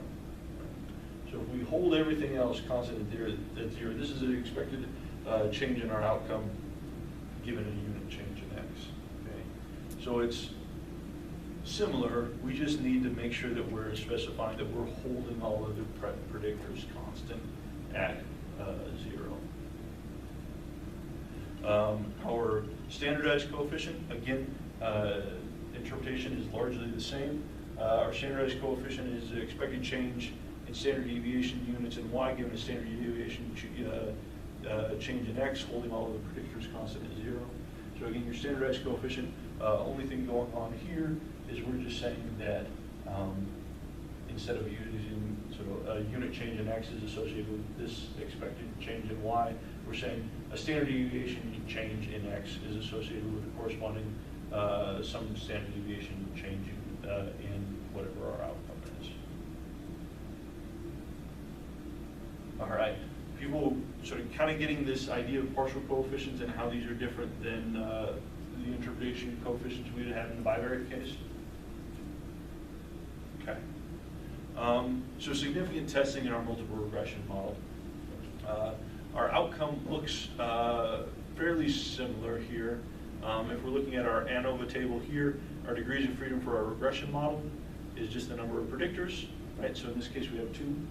Our degrees of freedom for our error or residual here is still our sample size minus the number of predictors minus 1, and our degrees of freedom total here, total people in the sample minus 1, how we're getting this stuff up here, okay? Up here we have our R squared, okay? And again, remember that this is the total variability in outcome in Y that's being accounted for by this set of predictors.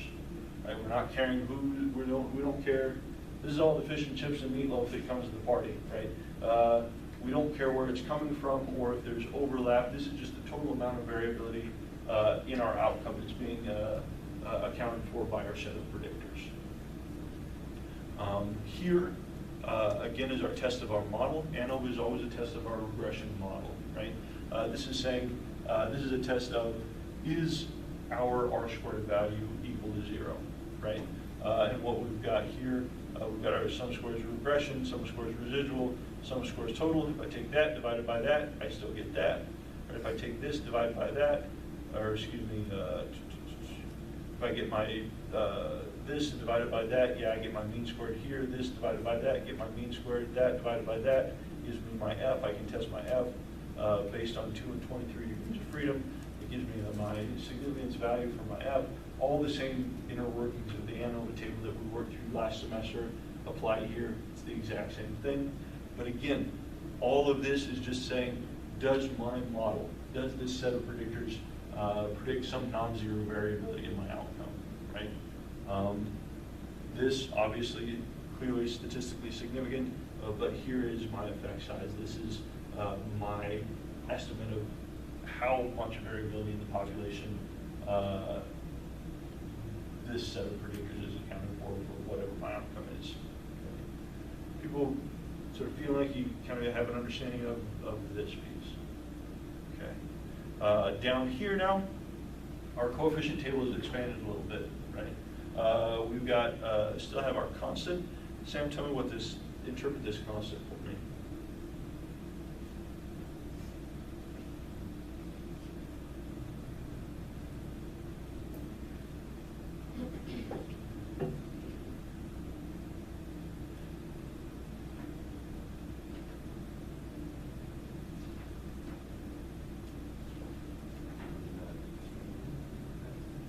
Okay, so this is my constant. This is my intercept. Oh, right. So what does this mean? So when x is 0, y is -0. Maybe. What else has to be 0? All the other. X1 and X2, right? So when all my predictors are set equal to 0, this is my expected value of y, right? So in this case, two predictors, when both X1 and X2 are equal to 0, my expected value of my outcome is going to be right about 3. We see that my constant is statistically significant. Am I excited about that?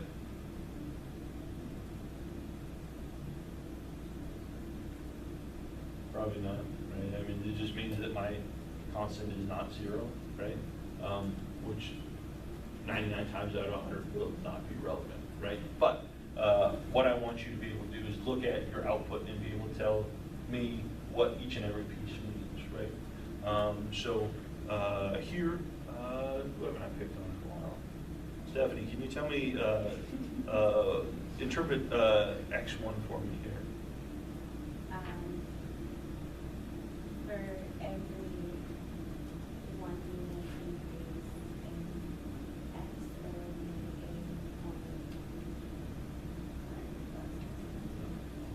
a point 561. 561 unit increase in Y. What do we have to put on the end of that?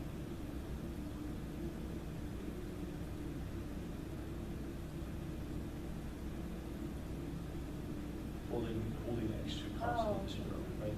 And again, this, I'm going to make you guys say this right now because it will, I want you to get in your head that these are partial coefficients that we're talking about. In actual fact, it doesn't matter what value X2 is at. This is still always going to be the expected unit in X, or in Y given a unit increase in X. But until we get into moderation types of stuff, and then that sort of changes the whole ball of wax considerably, right? But if this value is going to be the same, if we held X2 constant at 1 or 2 or 3 or a billion, doesn't matter, right?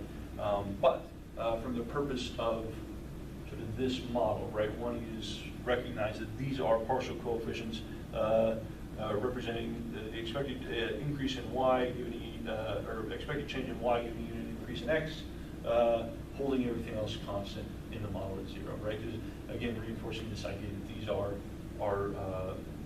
partial coefficients. You can also interpret this as reflecting the unique relation between X1 and our outcome, controlling for all the predictors in the model.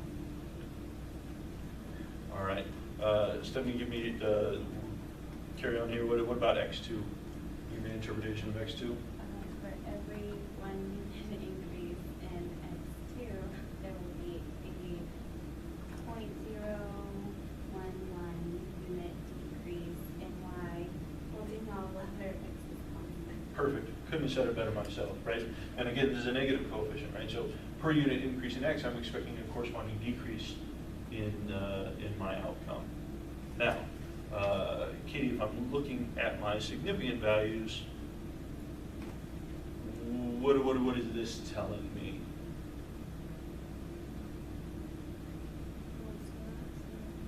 Okay, which one is not significant? Right, right.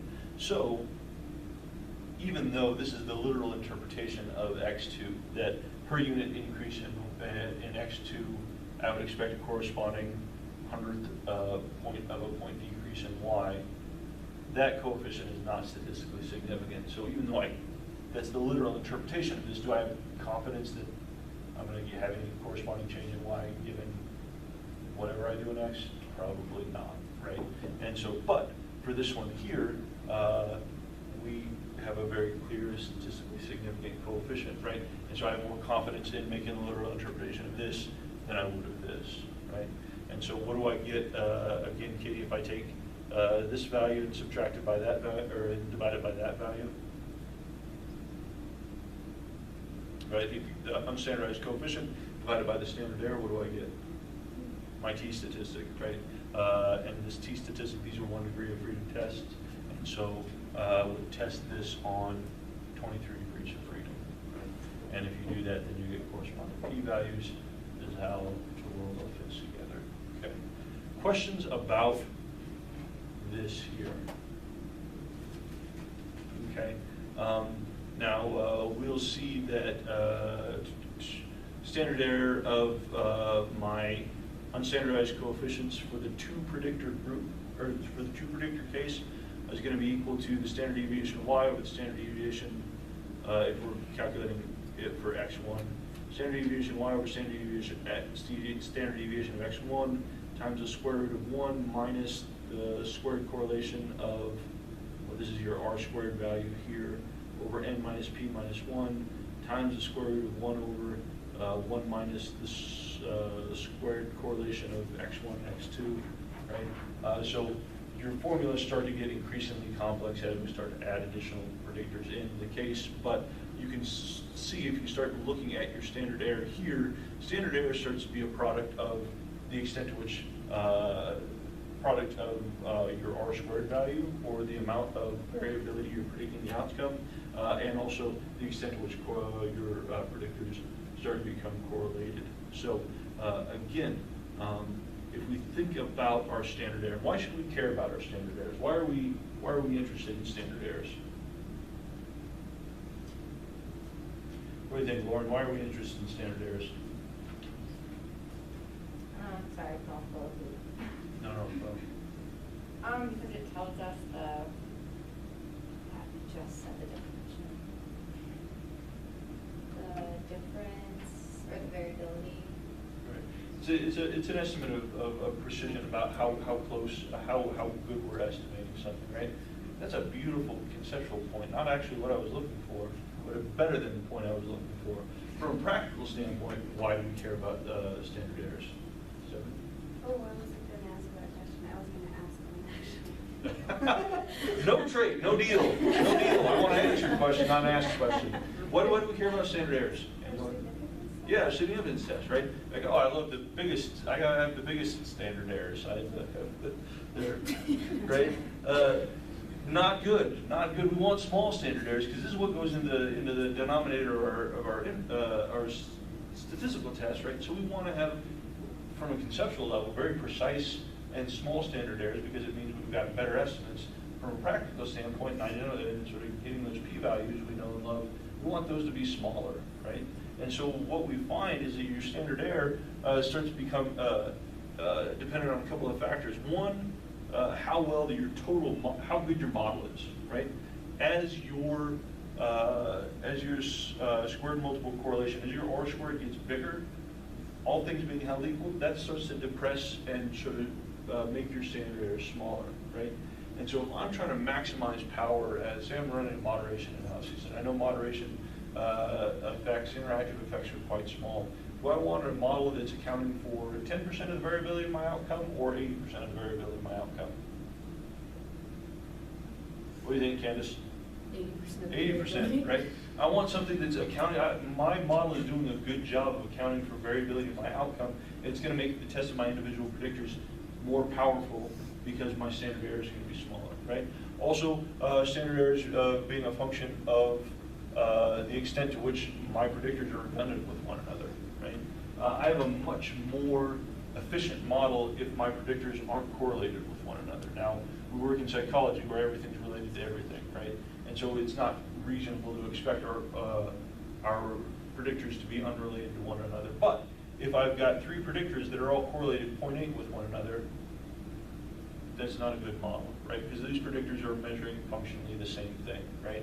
I might call these predictors by different names, but functionally they're all measuring the same thing. They're redundant, and what that's going to do is it's going to start screwing around with my standard errors, and so I might end up with large standard errors where I have a correlated sort of a standardized coefficient of 0.761, which is massive, but then it fails to be statistically significant because all of my predictors are correlated wicked high with one another. Or you can have across samples, these standard errors start jumping around a great deal. And so these are things that we want to go through and take note of. Okay. So here's our unstandardized coefficients. What about standardized coefficient here? Morgan, you're yawning. Can you give me an interpretation of this standardized coefficient?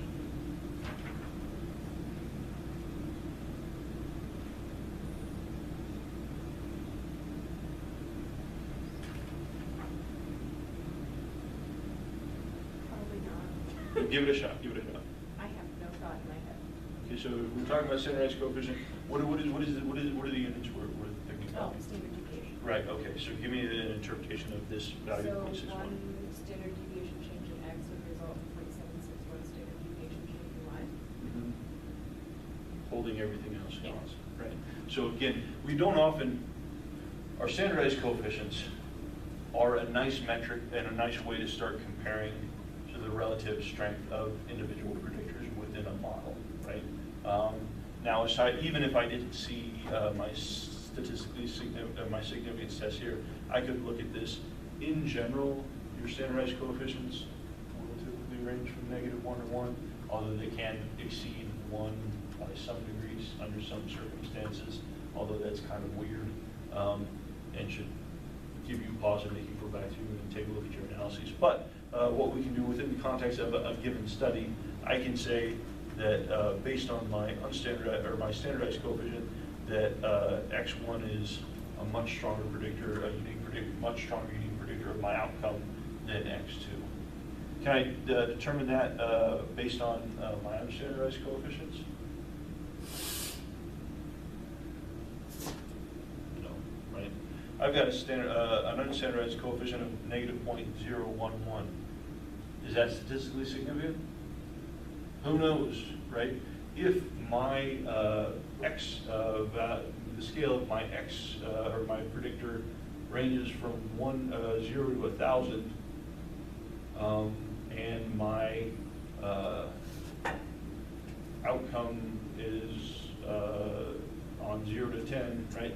A 1 unit change in X is microscopic, right? And so I might have an unstandardized X of 0.00001 that's significant, P less than 0.001 infinity, right? I can't make any determination on the strength of my relations based on my unstandardized coefficients. But what I can do is look at my standardized coefficients to get a sense of the relative magnitude of my individual predictors. So one last thing before we jump off this slide. So we find that X1 holds a unique relation with my outcome controlling for X2, while X2 has doesn't have a statistically significant relation with my outcome controlling for X1. If we look down here at the correlation coefficients,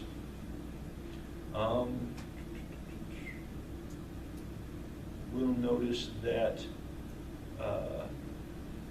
my unstandardized coefficient between my Pearson correlation between Y and my X2 variable is -0.229, right? If we're thinking about our standardized coefficient is kind of an equivalent as a standardized coefficient, this value ends up being quite a bit larger than this value. What happened there, Stephanie? Why did my bivariate correlation end up being much smaller than my standardized regression coefficient? Because X1 is accounting for some of the variability that X2 is also accounting for, so there's shared variability. Exactly. If we look at the relation between X1 and X2. It's not big, and it's not statistically significant, but we only have 24 people in the sample, right? So we're not have a whole lot of power. But it looks like a lot of what was at least in this set shared between X2 and X1 was also shared by, or X2 and outcome was also, X2 brought chips to the party and not much else, right? We got that calculated, we got all that calculated, so X2 doesn't get anything, credit for anything going on right here. And this is what can happen. We can start having very, very large bivariate correlations between predictors and outcome, but then when we put it in the regression model, it's no longer related or bringing anything unique based on the correlations between our outcomes. Questions on any of this? Yeah. So the bivariate correlation has other stuff in it that you can't see, but the multiple regression shows us stuff that we can see.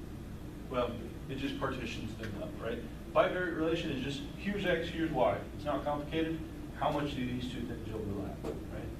When we get into multiple regression, then we have to go through, we've got X and Y, but now we've got X2 and X3 and X4, right? And if X1, 2, 3, and 4 are all sort of on top of each other, have a lot of overlap, what is then now unique contributing to the prediction of my outcome can start to become really small, okay? Alex, I've got a situation where I run my regression model, and the test of my model is clearly significant. My R-squared is through the roof, it's 0.8, but then when I go through and I look at my individual predictors, none of my predictors are statistically significant. What happened there?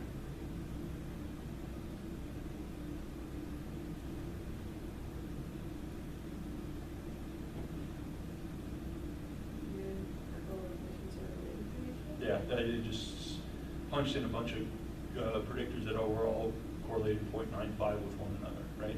And so even though I'm accounting for a massive amount of variability in my outcome, my individual coefficients are all not significant because everything that they're contributing is also being contributed by other things, right?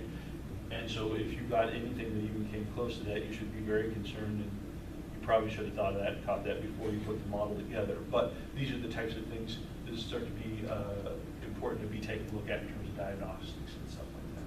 Okay. All right. Questions about this? Yes. So if you were to take one of those predictors out and run a bivariate correlation, it should be significant. Yeah, it would be significant, right? So these two things are very related, but when I throw it in to the mix with a bunch of other things that are basically the same construct, now all of a sudden they all fall out, right? And so this starts to become for clinical folks, right? This thing like someone goes, oh, I controlled for BDI score. And for people who aren't clinical folks, this is just like a measure that sort of just general misery that is associated with any other thing that's sort of bad and has you not feeling good. And what can often happen is when you throw that into the mix, it just sucks out all the variability. So now nothing's predicting anything because BDI score just came in and gobbled up all the sort of general misery credits. And so now we don't have any prediction above and beyond, right?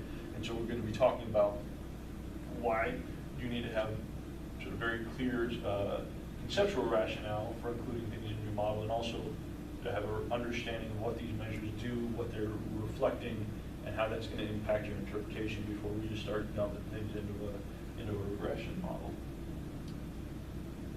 All right, and so the coefficients for, or our hypotheses for our constant are in our two predictors here. All right. So if we're talking about just a bivariate regression or multiple regression models with uncorrelated predictors, our standard edge coefficient, or R, is sufficient index of relative contribution here. So why am I saying a multiple regression with uncorrelated IVs? Can I just look at bivariate regression or my regression coefficients and say, all right, this is a pretty straightforward index of the relative contribution. So if I draw my Venn diagram here,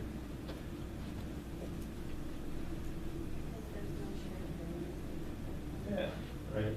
So I've got, here's y, that's 4, it should be y, okay. Here's x2, here's x1, right?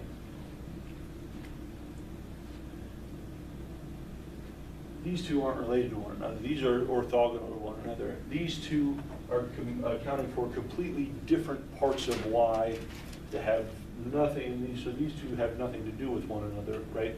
So my standardized regression coefficient in this case is going to be very, very close to, if not identical to, my Pearson correlation, right?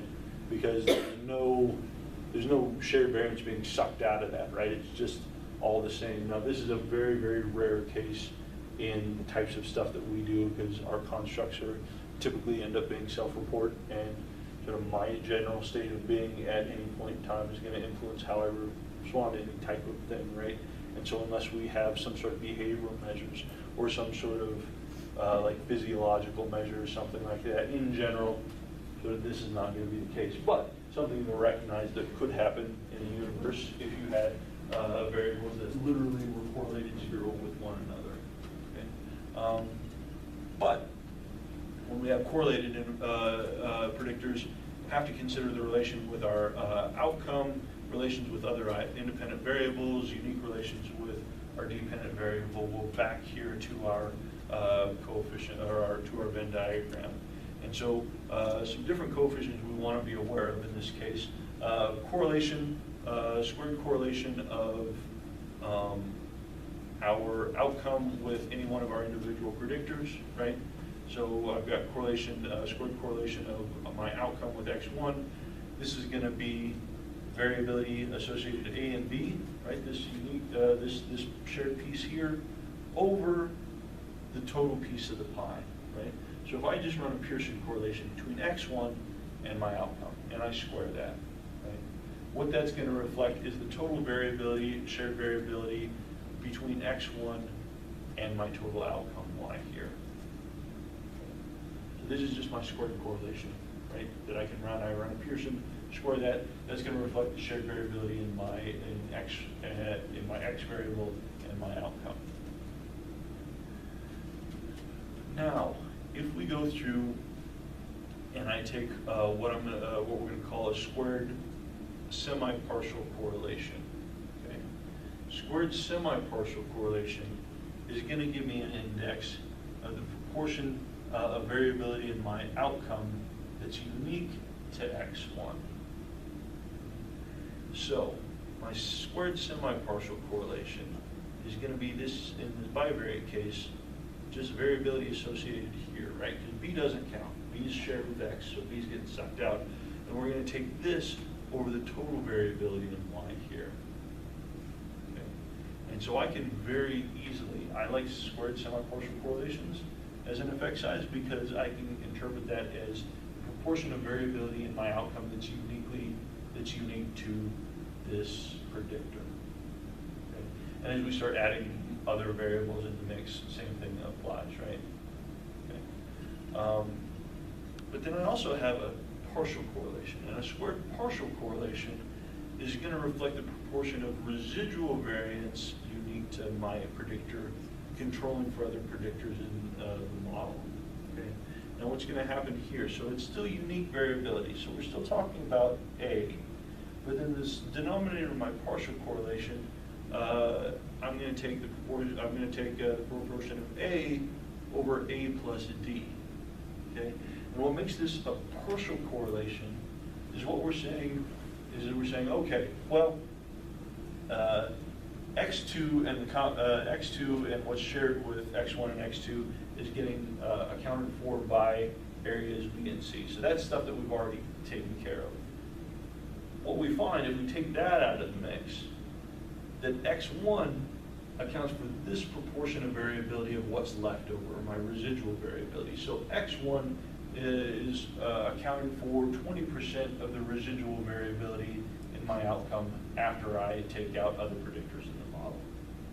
Does this sound familiar to anybody based on stuff that we talked about last semester?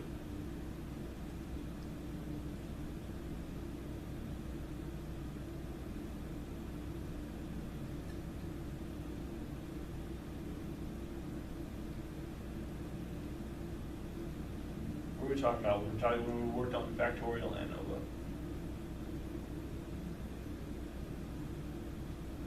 What was our effect size there?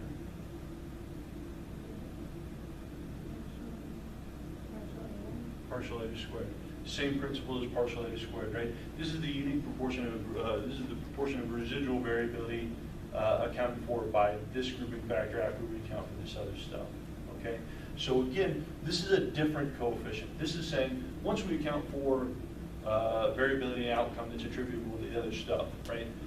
This predictor, this is the proportion of residual variability in Y attributable to X that's left over after we account for all this other stuff. And so if you take a look at this, right, so our bivariate correlation, if we square a bivariate correlation, this is just AB over everything in the pi, right? Semi-partial correlation is nice because we can say this is the unique proportion of variability that's attributable to this factor out of all the variability in my outcome, right? This starts to get more complicated because it's giving me a proportion of residual variability. After I sort of take out all of what we've accounted for in Y based on our other predictors in the model, this is the proportion of variability that we're accounting for with this factor of the stuff that's left over, right? Now, these two values could be quite different, right? Because if I've got, so of the total piece of the pie,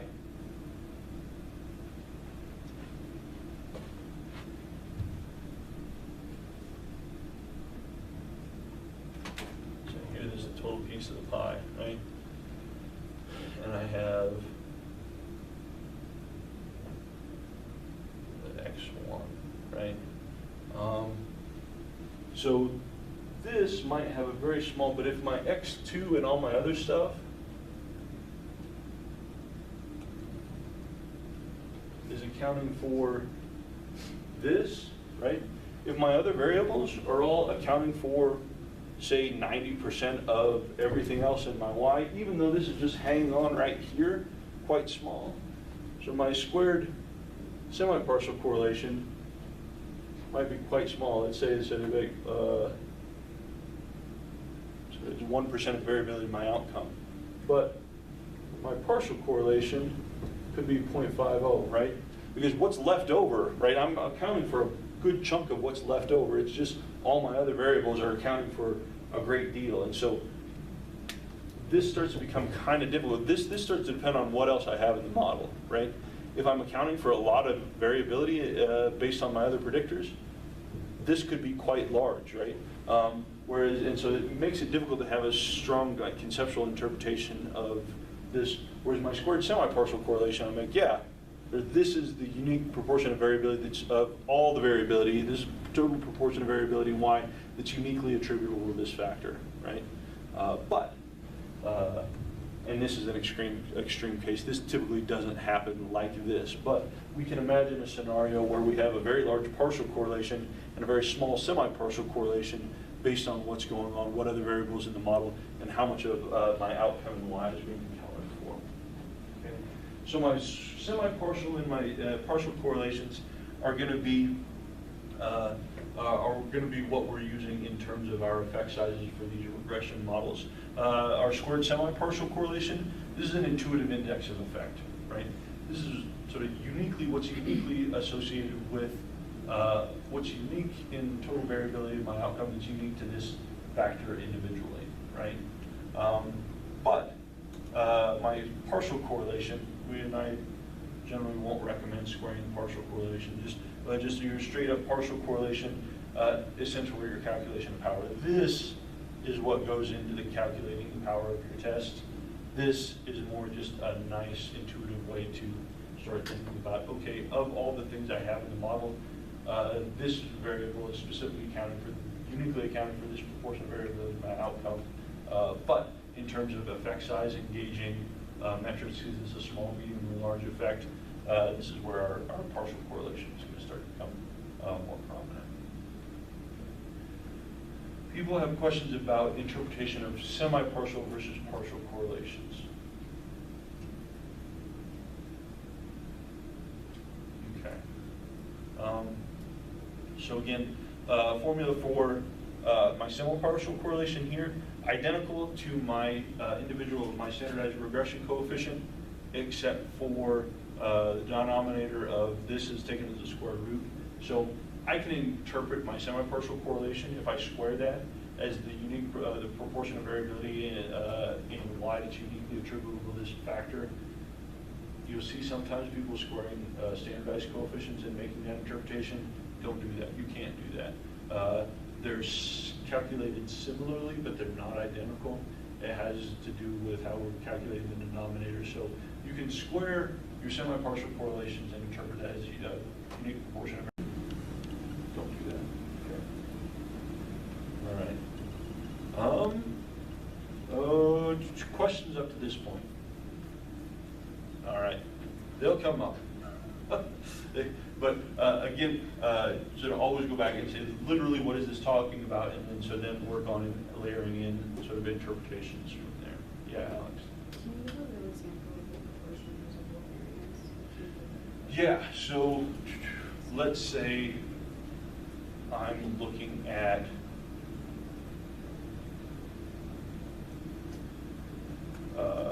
variability in how much I go and exercise, right?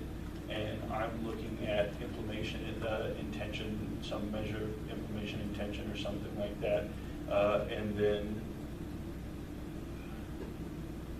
something like personality or something like that, right? And I regress those two predictors onto the actual behavioral outcome, like how many days a week did I actually go out and sort of do whatever I wanted to do, right? And what I might find is that to some extent, sort of my personality correlates with the, sort of whatever score I had on this inflammation intention sort of measure or something like that, right? And so if I go through and I regress and I find that both of these hold some relation with the extent to which I'm out doing things, right? And so I could, in this case, I could calculate my squared correlation, and I could say, I could take the correlation between inflammation intention and sort of behavioral outcome and look at the correlation between those two measures and square it and say this is the proportion of variability in behavioral outcome that's accounted for by inflammation intention. You could do the same thing with my extroversion measure, right? But then what I might do is I might go through in my regression analyses, calculate an actual squared semi-partial correlation, find that and square that. And that would say that inflammation intention accounts for 15% of the total variability in sort of actual behavioral outcome, controlling for extroversion, right? And I can do the same thing. So extroversion scores account for 2% of the variability in behavioral outcome after we control for behavioral intention, right? Now when we get into partial correlation, this starts to get a little more difficult, right? So we could run that partial correlation and we could square it. And I would say inflammation intention accounts for, say, 30% of the residual variability in behavioral outcome after accounting for extroversion, right? So after we take sort of so after extroversion takes its bite out of the pie, inflammation intention uniquely accounts for 30% of whatever is left over, right? And the same thing turning that around, right? And so again, when we're talking about residual variability from a conceptual standpoint, you can think about, okay, well, sort of these factors already account for this much. So that's accounted for. We don't have to worry about that. Of what's left over, how much is uniquely attributable to this variable? So depending on how much we've already taken care of, that's going to start to influence things, right? And so it's a less intuitive metric than just saying, within this model, inflammation and tension accounts for 20% of the variability in total behavioral outcome that we saw. Does that help kind of give you a headspace for this stuff? Okay. So again, go through in it. Once again, Patrick and Fidel's chapter on regression is fantastic. I would strongly encourage you to sit down and go through, read that. That's going to help solidify some of these constructs. It's going to obviously take some time to work through it, but I'm willing to guess that will save you time on when you're actually working through your problem sets, or you're not feeling like you're beating your head against a wall and stuff. Okay, so talking about we've talked about our R-squared, we talked about individual coefficients. One thing we want to talk about, though, is it recognizes that our squared multiple correlation, our R-squared, is going to be a positively biased estimate of our population parameter. Okay, this is because our R-squared value can't take on negative values, right? We can't have negative R's. I can't account for negative variance in something. That's not a thing that can happen, right? And so when I get chance random fluctuations, right, in the population, X and Y have no relation with each other, anything. X1, 2, and 3 have zero relation with whatever it is I'm looking at, right? But because we're collecting data, there's probably going to be some chance of fluctuation going on. And so our R-squared value is almost never going to be actually zero, even if it should be zero, right? And so what ends up happening is that these chance fluctuations start to result in overestimation of our R-squared value, right? And this starts to become particularly problematic in small samples. So for example, in a small sample, if I'm looking at a correlation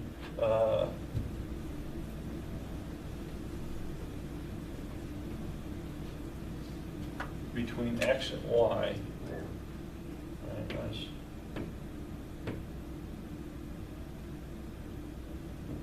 Right there, that's kind of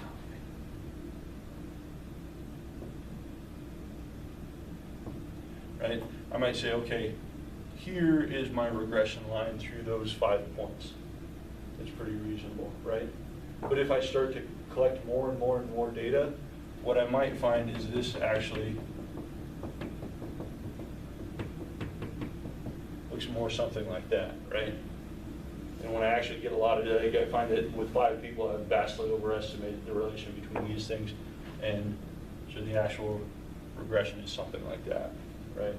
Now, with 5 people in my sample, that might not be a statistically reliable coefficient, but the absolute the point estimate for that might be 0.3. When we actually gather enough data, it's actually 0.15 or something like that, right? And so we're worried about, particularly with small samples, inflation of our R-squared statistic here as an unbiased estimate of the actual population parameter.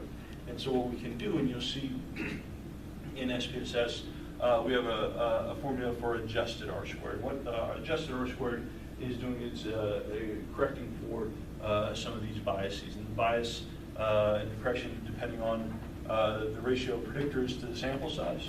Right?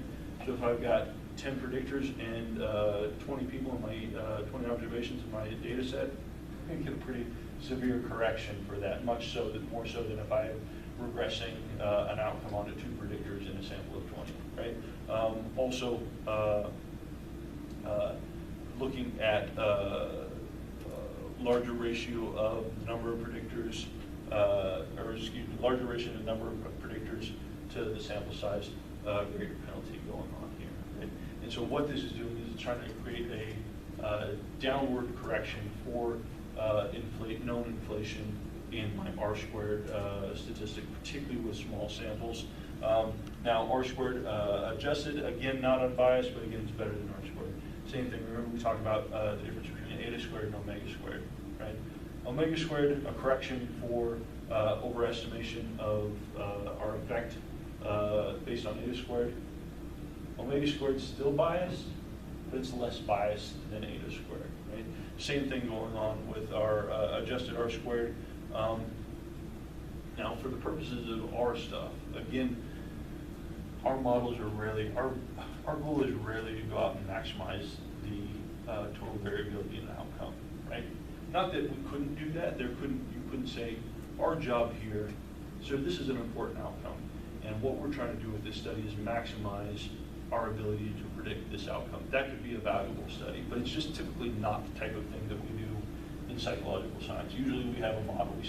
We expect this variable to be important in terms of accounting for variability in some outcome, right? So what we're going to do is we're going to go through and take a look at that. And that individual predictor might account for, less than 2% of the variability in my outcome. But if it shows up, I can say, well, this is kind of evidence for this small piece of the theory being important, right? And so at the end of the day, with the type of stuff that we do in more applied and maybe more like industry-based regression models, getting more focused on your adjusted R-squared so that you're not claiming that you're doing a better job than you are in terms of predicting your outcome. And so people would generally recommend reporting adjusted R-squared for the stuff that we do. It doesn't really matter, right? Unless you're trying to make a big deal about your R-squared value. Usually just report R-squared. I often don't report adjusted R-squared because it's not relevant to what we're trying to do with stuff. So, but important to know what adjusted R-squared is, why people get worked up about it, and why, given the type of analyses that we do, this is often really not a huge issue. Okay? But if you're running your own stuff and you realize that you've got a high proportion or a small sample, and you've got a high number of variables and a relatively limited, modest sample, then sort of recognize and sort of take a look at the difference between your R and your R-squared, and sort of make your decisions based on that. So, some expanded output from our multiple regression model here. We've got our R-squared, and then again, this is just from our two predictor case here, okay? We've got our R-squared, and then we've got our adjusted R-squared. So we only have like 24 people in our sample, so it's really small, right? This is exactly the case where we would expect inflation or upward bias of our R-squared value in a sample of 24. And so we see a pretty noticeable attenuation of our adjusted R-squared relative to R-squared here. Okay? Now again, your significance, this is still testing your multiple R here, right? But this is just a downward correction going on. We'll also see, we'll request part and partial correlations when we're running our SPSS stuff. Part correlations are our semi-partials, partial are our partial correlations, and we can see here that we've got zero-order correlations. So remember our Pearson correlation, these are just the relation between x1 and y, x2 and y, based on the bivariate correlations, okay? Our part or our semi-partial correlations, this is going to be, if we were to square these, this is going to be the unique proportion of variability in our outcome attributable to x1 controlling for x2, right? If we square this, this is going to be the proportion, the unique proportion of variability in y attributable to x2 controlling for x1. And then we've got our partial correlations here, right? Partial correlation is going to say, so if we were to square this, and I often won't do this, I'll just leave these as just partial correlations because they correspond to sort of benchmarks for effect size. But if we were to square these, we would interpret this as the proportion of residual variability in y. It's unique to x1 after we account for stuff going on in x2, right? Same thing here, the proportion of residual variability in our outcome attributable to x2 after we account for stuff that's related to x1, right? Again, if we take that chunk of the pie, we remove it, what's left over, this is the percentage that's uniquely attributable to this after we account for that stuff going on there, okay? And so you notice that your semi-partial correlation always going to be smaller than your estimates for your bivariate correlation, your partial correlation, and your standardized regression coefficients here, which is the way it's calculated. Okay, and your standardized coefficients generally going to be smaller than your bivariate correlations and larger than your semi-partial partial correlations. We're going to go through and again in that regression chapter in batch of Bell, they talk about suppression effects. Sometimes we can have weird things. So why should our standardized coefficients generally be smaller than our bivariate correlations?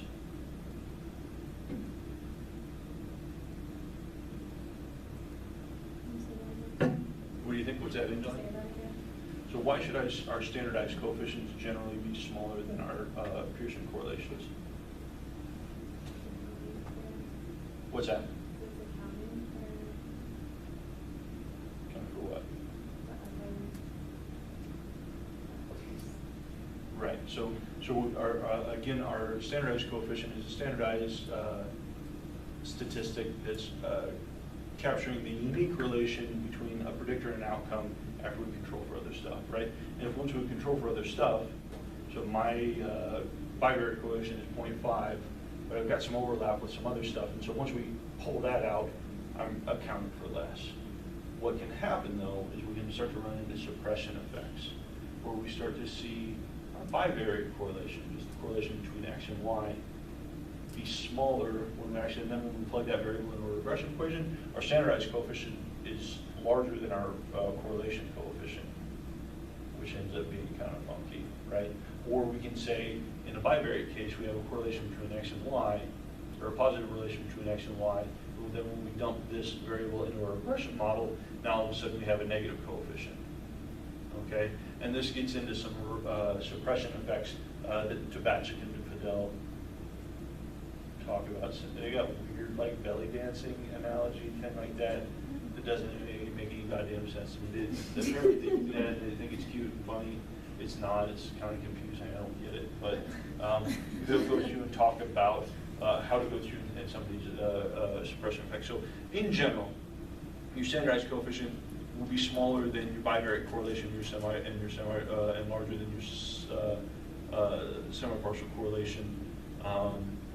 And then relation between you, I don't know, I guess I didn't finish my thought here on that one. But generally what you'll find is your partial correlation and your standardized coefficient will generally be fairly similar to one another. Okay. So yeah, here, so our squared semi-partial correlation is 0.56, squared semi-partial correlation here, 0.01, right? And so what we're saying is that X1 accounts for about 56% of the variability in our outcome after controlling for X2. Here, X2 is accounting for about 1% of the variability in outcome controlling for X1. But this is, we're still talking about total variability, not residual stuff.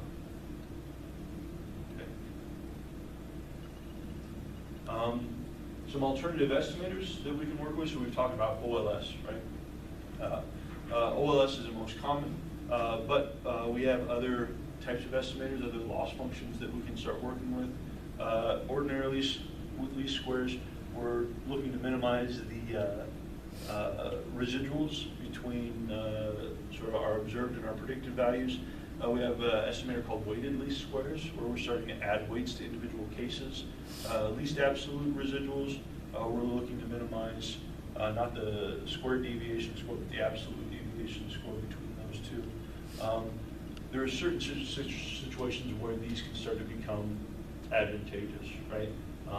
Weighted least squares, particularly if we've got data that has pretty significant heteroscedasticity, we've got a big fan pattern, that can be an indicator that maybe we might want to switch over to weighted least squares. But the thing is you don't get points for being fancy, right? At least if I'm reviewing the paper. If you're going to deviate from ordinary least squares, you've got to have a very strong justification for why you're doing that, because there's no free lunch. There's a reason OLS is used primarily because it has a lot of positive and really nice properties. Not that these other estimators don't have cases where they can be advantageous, but you need to make sure you're doing a bunch of other stuff, particularly weighted least squares. You need a large sample in order to work with weighted least squares. Now, if we're economists working with millions of observations, fine, whatever. If we're psychologists working with 70 observations, much less advantageous there. So if you're going to make a change in how you're estimating your regression model and calculating your coefficients, want to make sure that you're providing a good rationale for that. Properties of different estimators. What we're looking for, we want our estimators, our coefficients, we want our estimator to be unbiased, right? We talked about if bias is a review. If a statistic is unbiased, it means the expected value of the sample parameter is equal to the population parameter. So if we were to repeat this over and over and over and over and over again, the mean of the sampling distribution is going to be equal to the population parameter. Okay? Think about remembering like the mean is an unbiased estimator of the population mean, right? Not every mean value we get from every sample is going to be identical to the population value, but over an infinite number of replications of a sample of a given size, the mean of that sampling distribution is going to be equal to the population mean. So we see the mean is an unbiased estimator of the population. If the sampling distribution of whatever statistic the mean of or the actual population parameter, then we start to say that that statistic is unbiased. There is a biased statistic. So think about, remember when we're calculating variability, right? We have to make a correction when we're calculating sample variability versus population, or sample variance versus population variance, because calculating variance using our population formula based on a sample is going to be biased, right? We're always going to underestimate variability if we're not making that correction, right? And that's because the mean of the sampling distribution variance is skewed, right? And it's always going to be too small. So on average, any individual sample that we get, if we're not making that correction, it's going to underestimate on the aggregate, right? So we have to make that correction. So when we take our sum of squares and we divide it by n-1, that fixes it. That causes that sample to be an unbiased statistic. But without that correction, we have a biased statistic where the mean of our sampling distribution is lower than the true population parameter, right? So this is an important property of our estimator. Also efficiency. This has to do with the variability of your sampling distribution. Smaller variances are associated with a greater efficiency. So if I go through and I calculate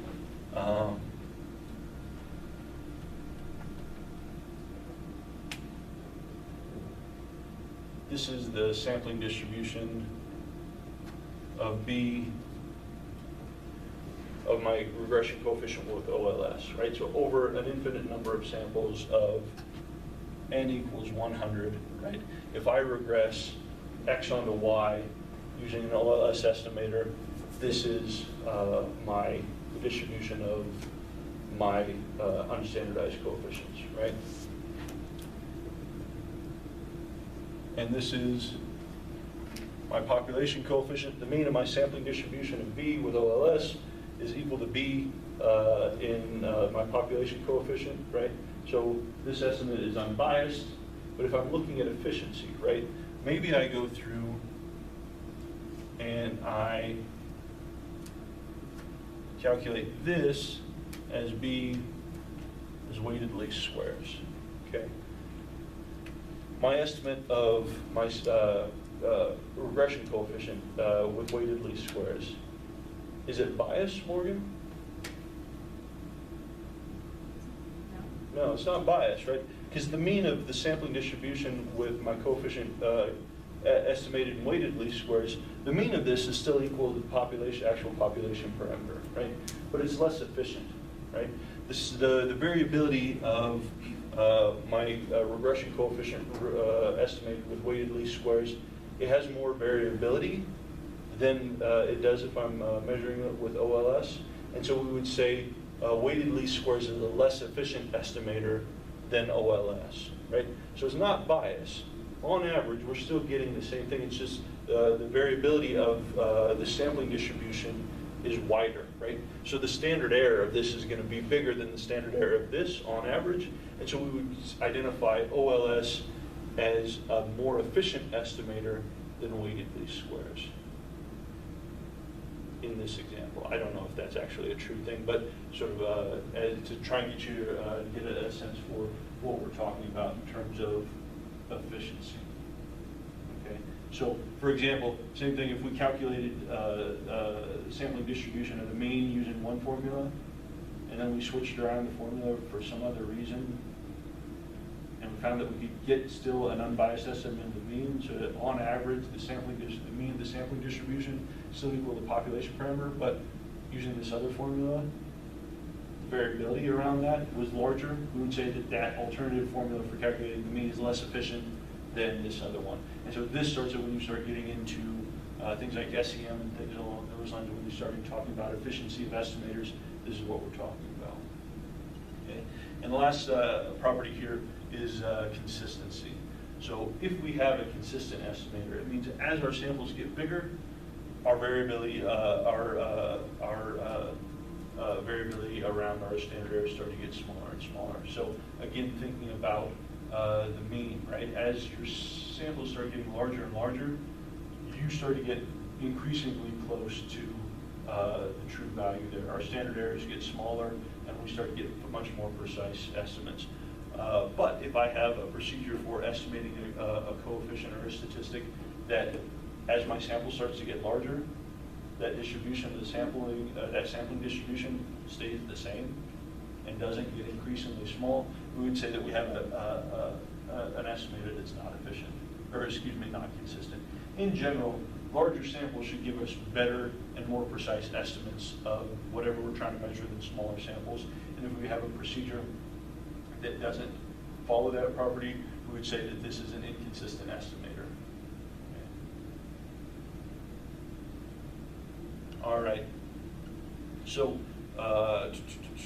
as we said before, characteristics of our analyses, different sample data can start to change and help us guide us into what type of estimator we want to use. But in general, we're talking about regression, OLS, unbiased and consistent in the presence of collinearity, no longer efficient. So what this is saying is if we have predictors that are very highly correlated with one another, right?